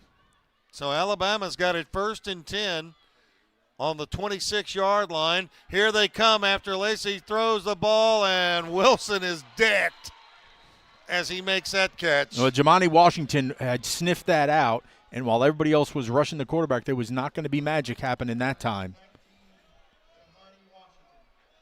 Boy, Washington just tagged him, didn't he? Good job by Jamani. Because that would have been a huge play, but they've been watching those miraculous little flips, and that time he stayed at home while the line rushed. And did they rush? And paid big dividends and tackled him for a loss. So 2nd down, we'll call it 12 for Alabama at the Mississippi 29. Lacey back to throw. Got him. Throws to the end zone. Did they call it? They called it. Touchdown. It's a touchdown. He caught that in traffic because Williams, once again, they're picking on Marquise Williams. He was actually there to try and break it up, but this was just a tremendous catch. Look at the concentration. Oh, yes. Turn around and catch the ball. He and Williams have some words. This is a nice throw by Lacey, but even a better catch. The concentration with the good defense by Williams. So, here we are again. Still plenty of time left. Snap is down, the kick is up on the point after, and it's good. 32-29. Deuce's turn now. It's a fun one today in Mobile. We'll take a timeout with the All-Stars from Alabama leading. Back in a moment.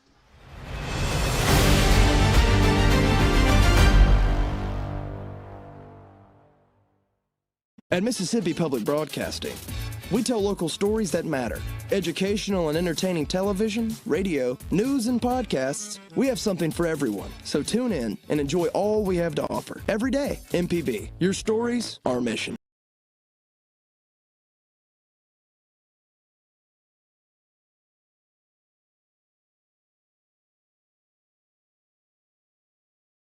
Opinion. It'll have opinion at the It'll have opinion up there if it's an opinion. Welcome back. We're trying to decipher whether that Quinn Ewers news is for real or not. It is on a site. I know. I'm just trying to see where that came from. TS something. Well, no, because there it says TWSN. Quinn Ewers were transferred to the Michigan Wolverines in 2025. So where is he going? These are absolutely guesses? Yes, these are guesses and opinions. See, I got. You need to you need to watch your sources, man. I have it on a good authority that he's really looking at a Big Ten team. He is and it's Michigan or Ohio State. Yes, the word was that the Big Ten team had offered him $4 million to skip the draft. Now, where did you get that story? Because he was going to be sliding his latest draft stock because he didn't have a great end of the year. Right. Was into the second round. And so he wanted to go back and improve his stock. Absolutely. But there's some pressure from Arch Manning, and so he decided to finish somewhere else. Well, I think the Texas people were going to demand that Arch started next year. I don't think Sarkisian had a choice in the matter. I think you're right.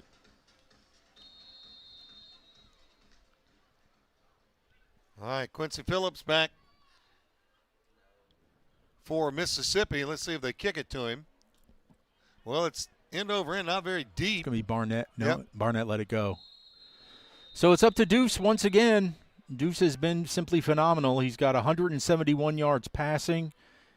After that huge 55-yard touchdown run, he's now up to 112 yards rushing. So it really, truly has been the Deuce show with 283 total yards. on his own. So it's 283 yards. Mississippi as a team has 352. So it is all about all about Deuce Knight, and here he comes back out on the field for us. All right, Mississippi going to go with 2 wideouts at the bottom of the screen, twins to the top. Alabama leading 32-29, just under 7 minutes to play in the game. He looks at Elijah Jones, steps up in the pocket, heaves it down the field, and it's just off the fingertips. That's a beautiful pass. Yeah, that's the only place where Barnett struggles. Again, he did the little shorter arms right there because that ball was placed right out in front of him and just could not haul it in. Again, that's another one. He had the home run ball, but if Deuce pulls that down and runs it, he's got a 20-yard gain. So the plays are there. The plays are there for Mississippi. Just want to make sure you come down. We're trailing only by a field goal, though. Here's the snap. Good hard run. Look at that. Look at that. First down carry. He put his foot in the ground, went left, and then cut it back to the middle. What a terrific 10-yard run that was. Give him 11. I got to watch him play in a ball game this year. Called it, and he's just a man. That's all you can say. Just so smooth. Yeah. He just no jitters, just hard running. It's like effortless. Just like Deuce Vance running the football, it's just effortless when KJ steps up in the pocket. Here's Deuce, stops. He got a couple, and when he stopped, he paid the price as Anquan Fegans comes in and puts the stopper on him. Positive yardage now. There's no rush. You know, you're in the 6-minute drill right now because you want to get down there and score and leave as little time as you possibly can for Alabama. So no rush, solid play. Well, he picked up 3. It'll be 2nd down and 7. Deuce back to throw. Being chased, in trouble, throws that. Oh, that could have been picked off. Very fortunate, but he did have the wherewithal to get the ball out of his hands and not take the sack. Threw it kind of into a little no man's land right there where nobody was. And now you got to get 7 yards, Greg, on a 3rd down. And the ball resting at the 44-yard line of Mississippi. Well, you got 2 downs to get it because it's 4-down territory here. You think so? Yes. At this spot? 100%. You can't give that ball over to Lacey again. 5.5 to play in the game. Mississippi trailing 32-29. Deuce back to throw. Hit as he throws. Fall on it. A lineman got it. Just run it. Coming up with that ball was Harrison Clough from Columbia. So the ball got knocked out of his hand, and it's going to be a loss back to the 41, almost the 40. Line of scrimmage. The original line of scrimmage. So now you're going to have to punt it away and pray that your defense can hold Lacey. That's a really good effort there by Harrison Clough out of Columbia. Played for Lance Pogue. Well, he was just kind of standing there, and then he realized the referee was signaling that it had been knocked out of his hand. And so he just, okay, I'll pick it up. And then plow forward with as much as you can. Now they're trying to say it was an incomplete. Tony Vance is out there arguing that it was an incomplete pass and wanted it back up at the other line of scrimmage, about 5 more yards. Well, coming in the ball game is Jacoby Hobson Jr. for Mississippi. Here is the punt. Bounces at the 25. Touch it quick. Touch it. Don't let any more time tick off the clock. 4:44 now. The defense, which has played just lights out all day, Greg, for Mississippi, got to come up with a stop here. Well, they played lights out except for late 3rd, early 4th because Lacey has had his way. He's got 280 yards passing now. The key is perhaps they don't throw the ball. If you're Alabama, here's the question, right? So do you do what's gotten you here to the lead and keep throwing because you have not been able to run the football at all? I mean, you've got negative 6 yards rushing in this game in total. So do you run the football here and try and work on the clock, or do you keep doing what you've been doing to be successful and throw the football? Well, KJ Lacey's got it out there at the 21-yard line now for Alabama. 1st and 10. Here's the snap. Going to run the football, but not very far, down to the up to the 23-yard line. Yeah, and now becomes the question, how much time do you want to have left? When does Vance start using his timeouts? Right. 4.5, a little less than 4.5 to play in the game. He's going to let this one go all the way through. I would imagine if they run the ball again with no game, he will take a timeout. Because Alabama's going to be in no rush right here. I think we're headed for a big finish. An exciting one anyway. Well, as long as we can get this football back. He's going to throw on this down. 2nd down and 9. They picked up a yard. At the 22-yard line, their own. Here's the snap. Lacey to throw, and it's incomplete. Terrific defense. Excellent there by Jamarcus Flowers. Cutting off that quick slant, and that stops the clock for you. So they did us a favor. Tony Vance gets to hold on to a timeout in his pocket. Yep. Chance to get off the field here, but you've got to tighten up your coverage.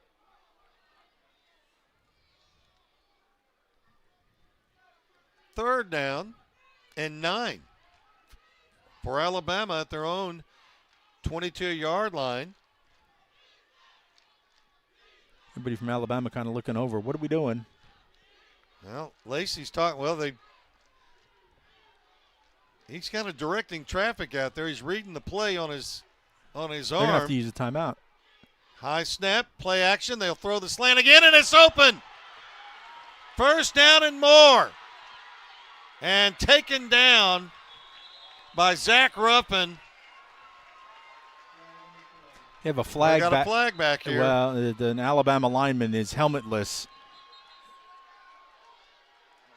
And I want to say that perhaps Otis knocked that off. Gently, I'm sure. But the play clock had expired, so they could have. We don't have the play clock on here, but it expired in the stadium, but they still let him run the play. And they just kind of lulled the defense in. I think they're going to get 15 more on top of this.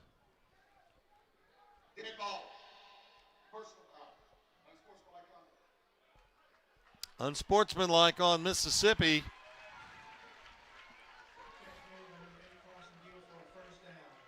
That's Gill with the reception.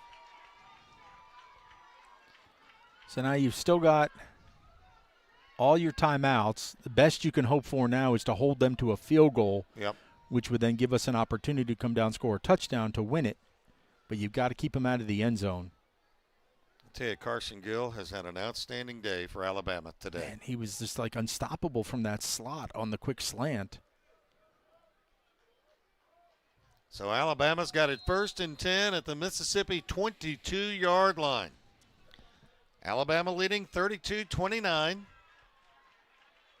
See if they run the football here. No, there's no doubt now. Got to run it right up the middle, bounces out. Good Defensive job. line is there, and down he goes. And Tony Vance quickly calls a timeout. Yep, now's when you use them. You got to try and preserve as much time and try and force a field goal attempt. That's the only shot we have. Kevin Otis Jr. out of Hattiesburg. So a timeout on the field. We'll take it with him. 32-29, Alabama, 3:27 to play in the game. Back in a moment.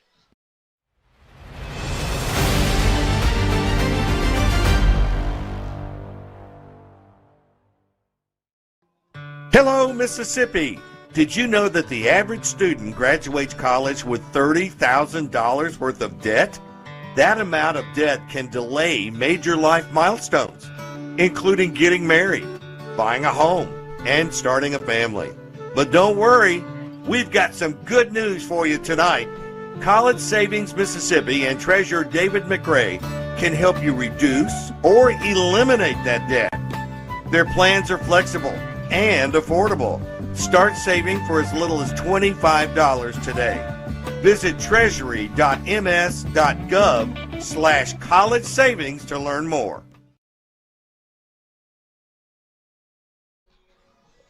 Deuce night. Welcome back. We're just kind of talking MVPs here. Yeah. We don't get to make that call, thank goodness. Both KJ Lacey and Deuce Knight have accounted for 300 yards each. Wow. Great stat for a game like this. Lacey, one-step drop, throws, and it Drop it. is. Played hot potato and caught that ball. Did he catch it on the rebound? He did. On 2 rebounds, Derek Smith. And Cortez Lockhart was Look at on that. him. That's good. unbelievable concentration on their part.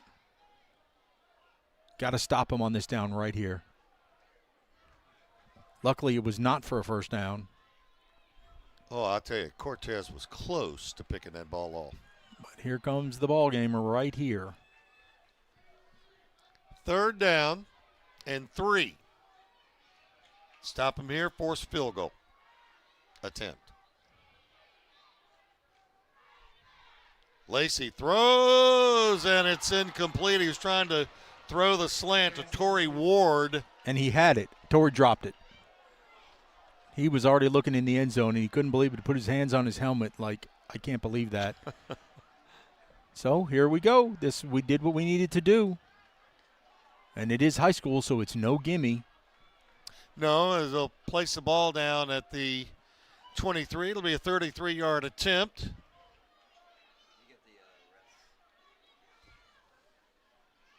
It's a big field goal for this young man. And you can't rush it. That's the problem. Yeah, perfect. It's good.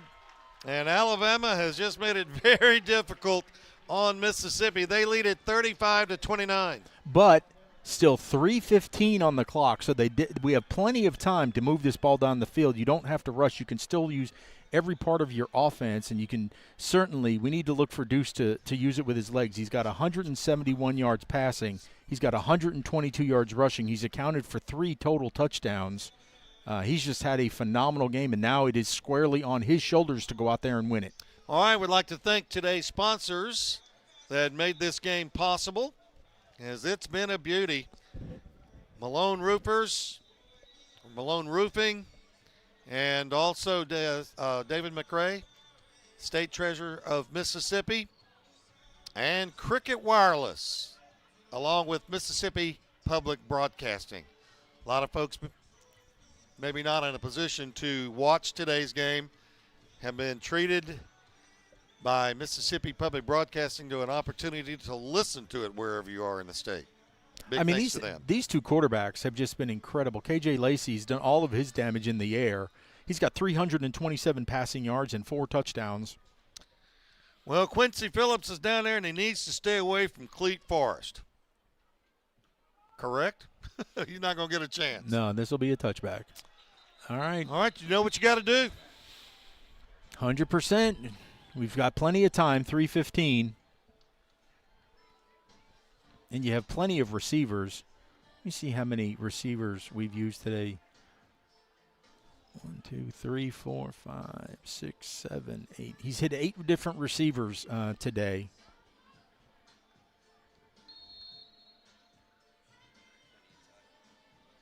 Really killed ourselves with the penalties so far. We have to have a clean drive here. We've got 11 for 95 in this All-Star game, and that's it's too many. Here we go, Deuce Knight in the shotgun. Going to call his own number, and he's got some room to run. 35-40, 45 midfield. Got as much as he could and beat that linebacker to the outside. That was the man that was going to be able to stop him. But Deuce kind of high-stepped over him right there. Kept his balance and gets us out to midfield. Now you're really in no rush with 3:06. And he stepped out of bounds. Keep that clock stopped. Tony Vance still with 2 timeouts in his pocket.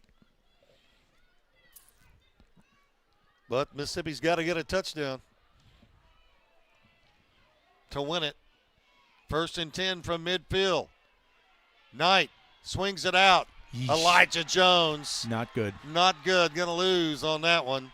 No, you can't. Good play there by Bishop Burkhalter. This Alabama defense is way too fast to be running those sideline to sideline type throws there. Don't throw it back behind the line of scrimmage. You got to keep going forward. Also, Anquan Fegans, who's played a good game today for Alabama and on that coverage. That one was tough. Not only do you lose 5, but the clock keeps running. Yep. 2.5 to play in the ball game. Deuce Knight's going to have to come up with something big. Throws the slant. He caught it, but he didn't get much out of it. Fegans there. No, I'd consider using a timeout here for this 3rd down and 16 now. Well, I don't. You want to get on the same page for this 3rd down. Tony ought to, with the clock still moving, I'd use a timeout. Well, Mississippi's looking over to the sideline over there. And I don't understand this. They're letting the clock burn. 2 minutes to go in the ball game. 3rd down and 16 from the Mississippi 44. Knight wants to run. Got away and has got some room. Throws and it's picked off at the 40. And he's still on his feet. Pushed down at the 40 of Mississippi, and that should do it. Well, he was trying to get the ball to Quincy Phillips on that far side. He never saw the linebacker. Nice return after the pick by Fegans. He never saw Fegans out there, and then the Alabama sideline was pleading for him to get down and not have that ball punched out. So when he got closest to the Alabama sideline, he slid. That's a shame. That's a shame because he thought he had Phillips down that left sideline, and he never saw Fegans. Never saw him. So Alabama's got it 1st and 10, and we see, is that Mims back in? No, that's Lacey. That's still Lacey. Going to give to Wilson. He's surrounded and taken down after about a 3-yard gain. Now Tony's got to use his timeouts. See, because I didn't like that. But when it was 3rd down and the clock was rolling and you got 16 yards to go, I would have loved a timeout so everybody can get calm and get on the same page. And if you don't get the 1st down, at least run a play that's going to make it manageable on 4th down. I don't know. Well, they coach. I call. That's, enough said. Those guys are the successful ones down there. Well, and sometimes you have a play called and you have a second thought after you send it out on the field. And they certainly did because they were burning daylight right there. You can stop the clock one more time. Hey, don't forget our coverage next week as we travel to Gulfport, Mississippi for the Bernard Blackwell North-South All-Star game. It should be another dandy. I was looking at the roster the other day. It's loaded with talent as well. 2nd down and 7 for Alabama at the Mississippi 38. Wilson slowed down and finally taken down.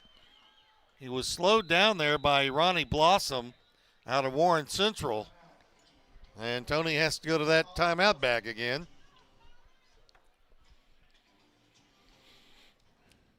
Wilson coming off the field. Anyway, we'll be at Gulfport next week. That's always a fun game. That stadium is just there at Gulfport. Just exudes tradition and history, and it's a fun place to call a game. And one of the fun things I like about that is, this roster is littered with guys that are going to be playing college football for sure, big time college football. The one about the Blackwell is you have a lot of kids on that field next week, seniors that will never play football again. That will be their last football game, and to watch them take it all in and to just enjoy the moment of playing that last game is what is so special. And those guys that do have a chance to take it to the next level, their last chance to show their wares. Correct. Gardner Minshew played in that ball game. There are a lot of guys, because you can't bring everybody to the Mid-South game. Right. So there are some guys that will be continuing their college careers. Critical not to let them get this 1st down. Yeah, 3rd down and 4. Lacey being chased, throws down the middle, nobody there. The clock is stopped. And they did us a favor there. I don't understand why they threw that football. I don't understand, because now you stop them on 4th down, and you'll have an opportunity. Well, here's the thing. So now if you throw the football and it's incomplete, you give Mississippi the ball with, let's say 105 left on the clock to go from right there. If you run the football and you're short, you're going to give Mississippi about 30 seconds on the clock. Roughly. Well, no, actually, by throwing it there, they'll get it right now. You'll give it back to them with about 50-something seconds. So here we go. 4th down and 4 from the Mississippi 35. Lacey to throw. Picked off. Picked off. Mississippi picks it off, and he's got some room to run. Taken out of bounds. Well, there you go. Jamarcus Flowers, thank you very much. And he got the ball back with 1:05 to go. All right, so it's not dead yet. I question why Alabama even threw that ball on that 3rd down to stop the clock. But, hey, Mississippi will take it. Seen some very weird clock management here in the last 2 minutes. A big interception by a young man out of South Panola.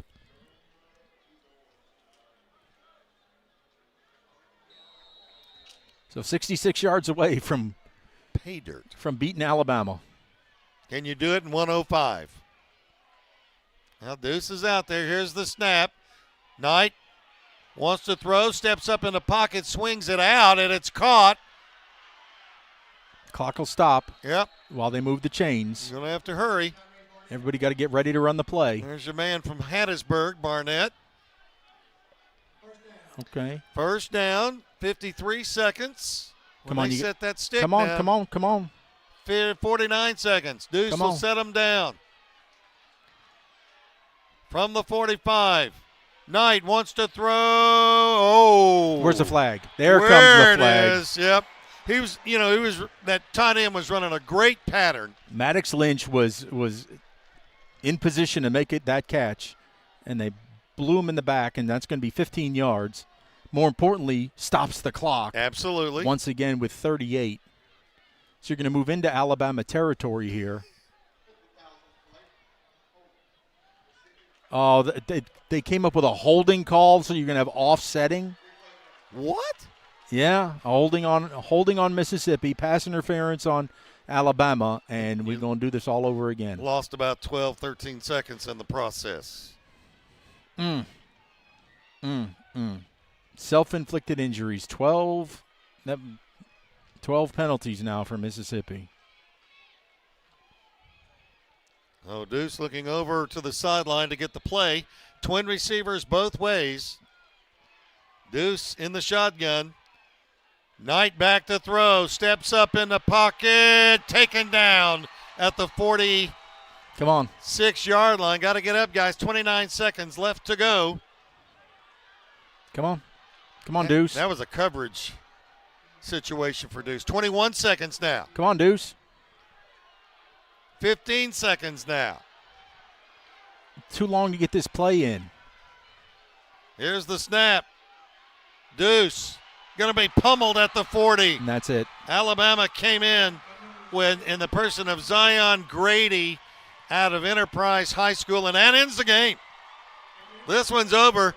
Alabama comes from behind and wins 35-29. Greg, a great football game for an all-star game. Unbelievable performance by both of these teams, but man, what could have been for Mississippi. What could have been had a great chance to break that losing streak to Alabama, but just couldn't get over the top. Well, we'll be ready for them when they come next year to Hattiesburg. This is a great series. It's an outstanding game that Johnny Mims and his folks at the MAC put together on the Mississippi side. And the final score tonight, this afternoon really, 35-29. That's Alabama's 27th win now in the 38-game history.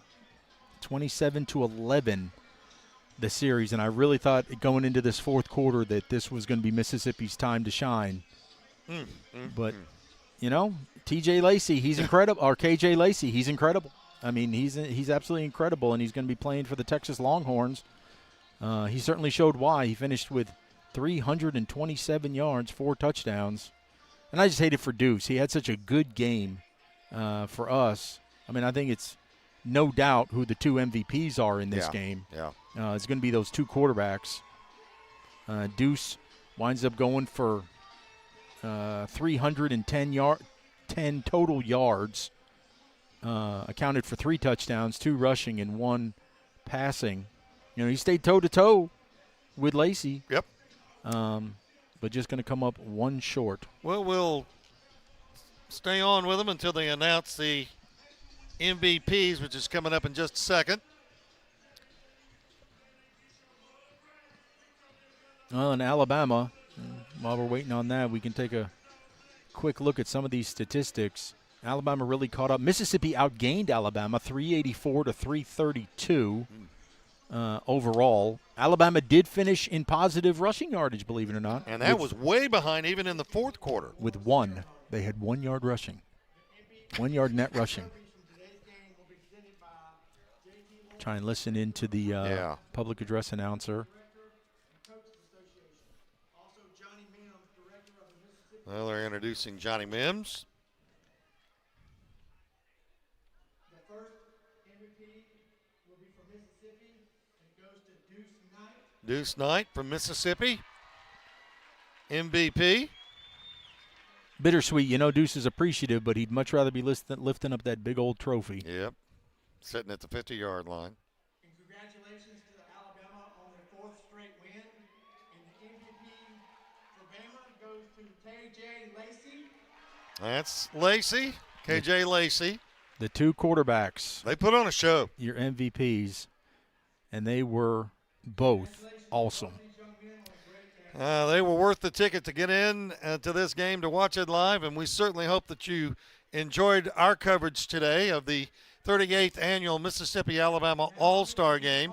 Programming note, be sure to join us next Saturday for the Bernard Blackwell All-Star Game, North versus South. It'll be Saturday morning, kickoff at 11:30 right here on FNUTL.com and our other outlets that we feed it to. Wherever you were watching today, tune in next week. That's right. Wherever you were watching it today. And a big thanks to MPB, Mississippi Public Broadcasting, for carrying today's game and next week as well. So if you don't have an opportunity to watch that game, you can listen to it on MPB Think Radio. For Greg Flynn, Alan Burford, our producer today, Ryan Groby, Ty Bailey on the cameras today, Russ Robinson saying so long from Jaguar Stadium at the University of South Alabama, where Alabama comes back and wins this one today, 35-29. So long, everyone.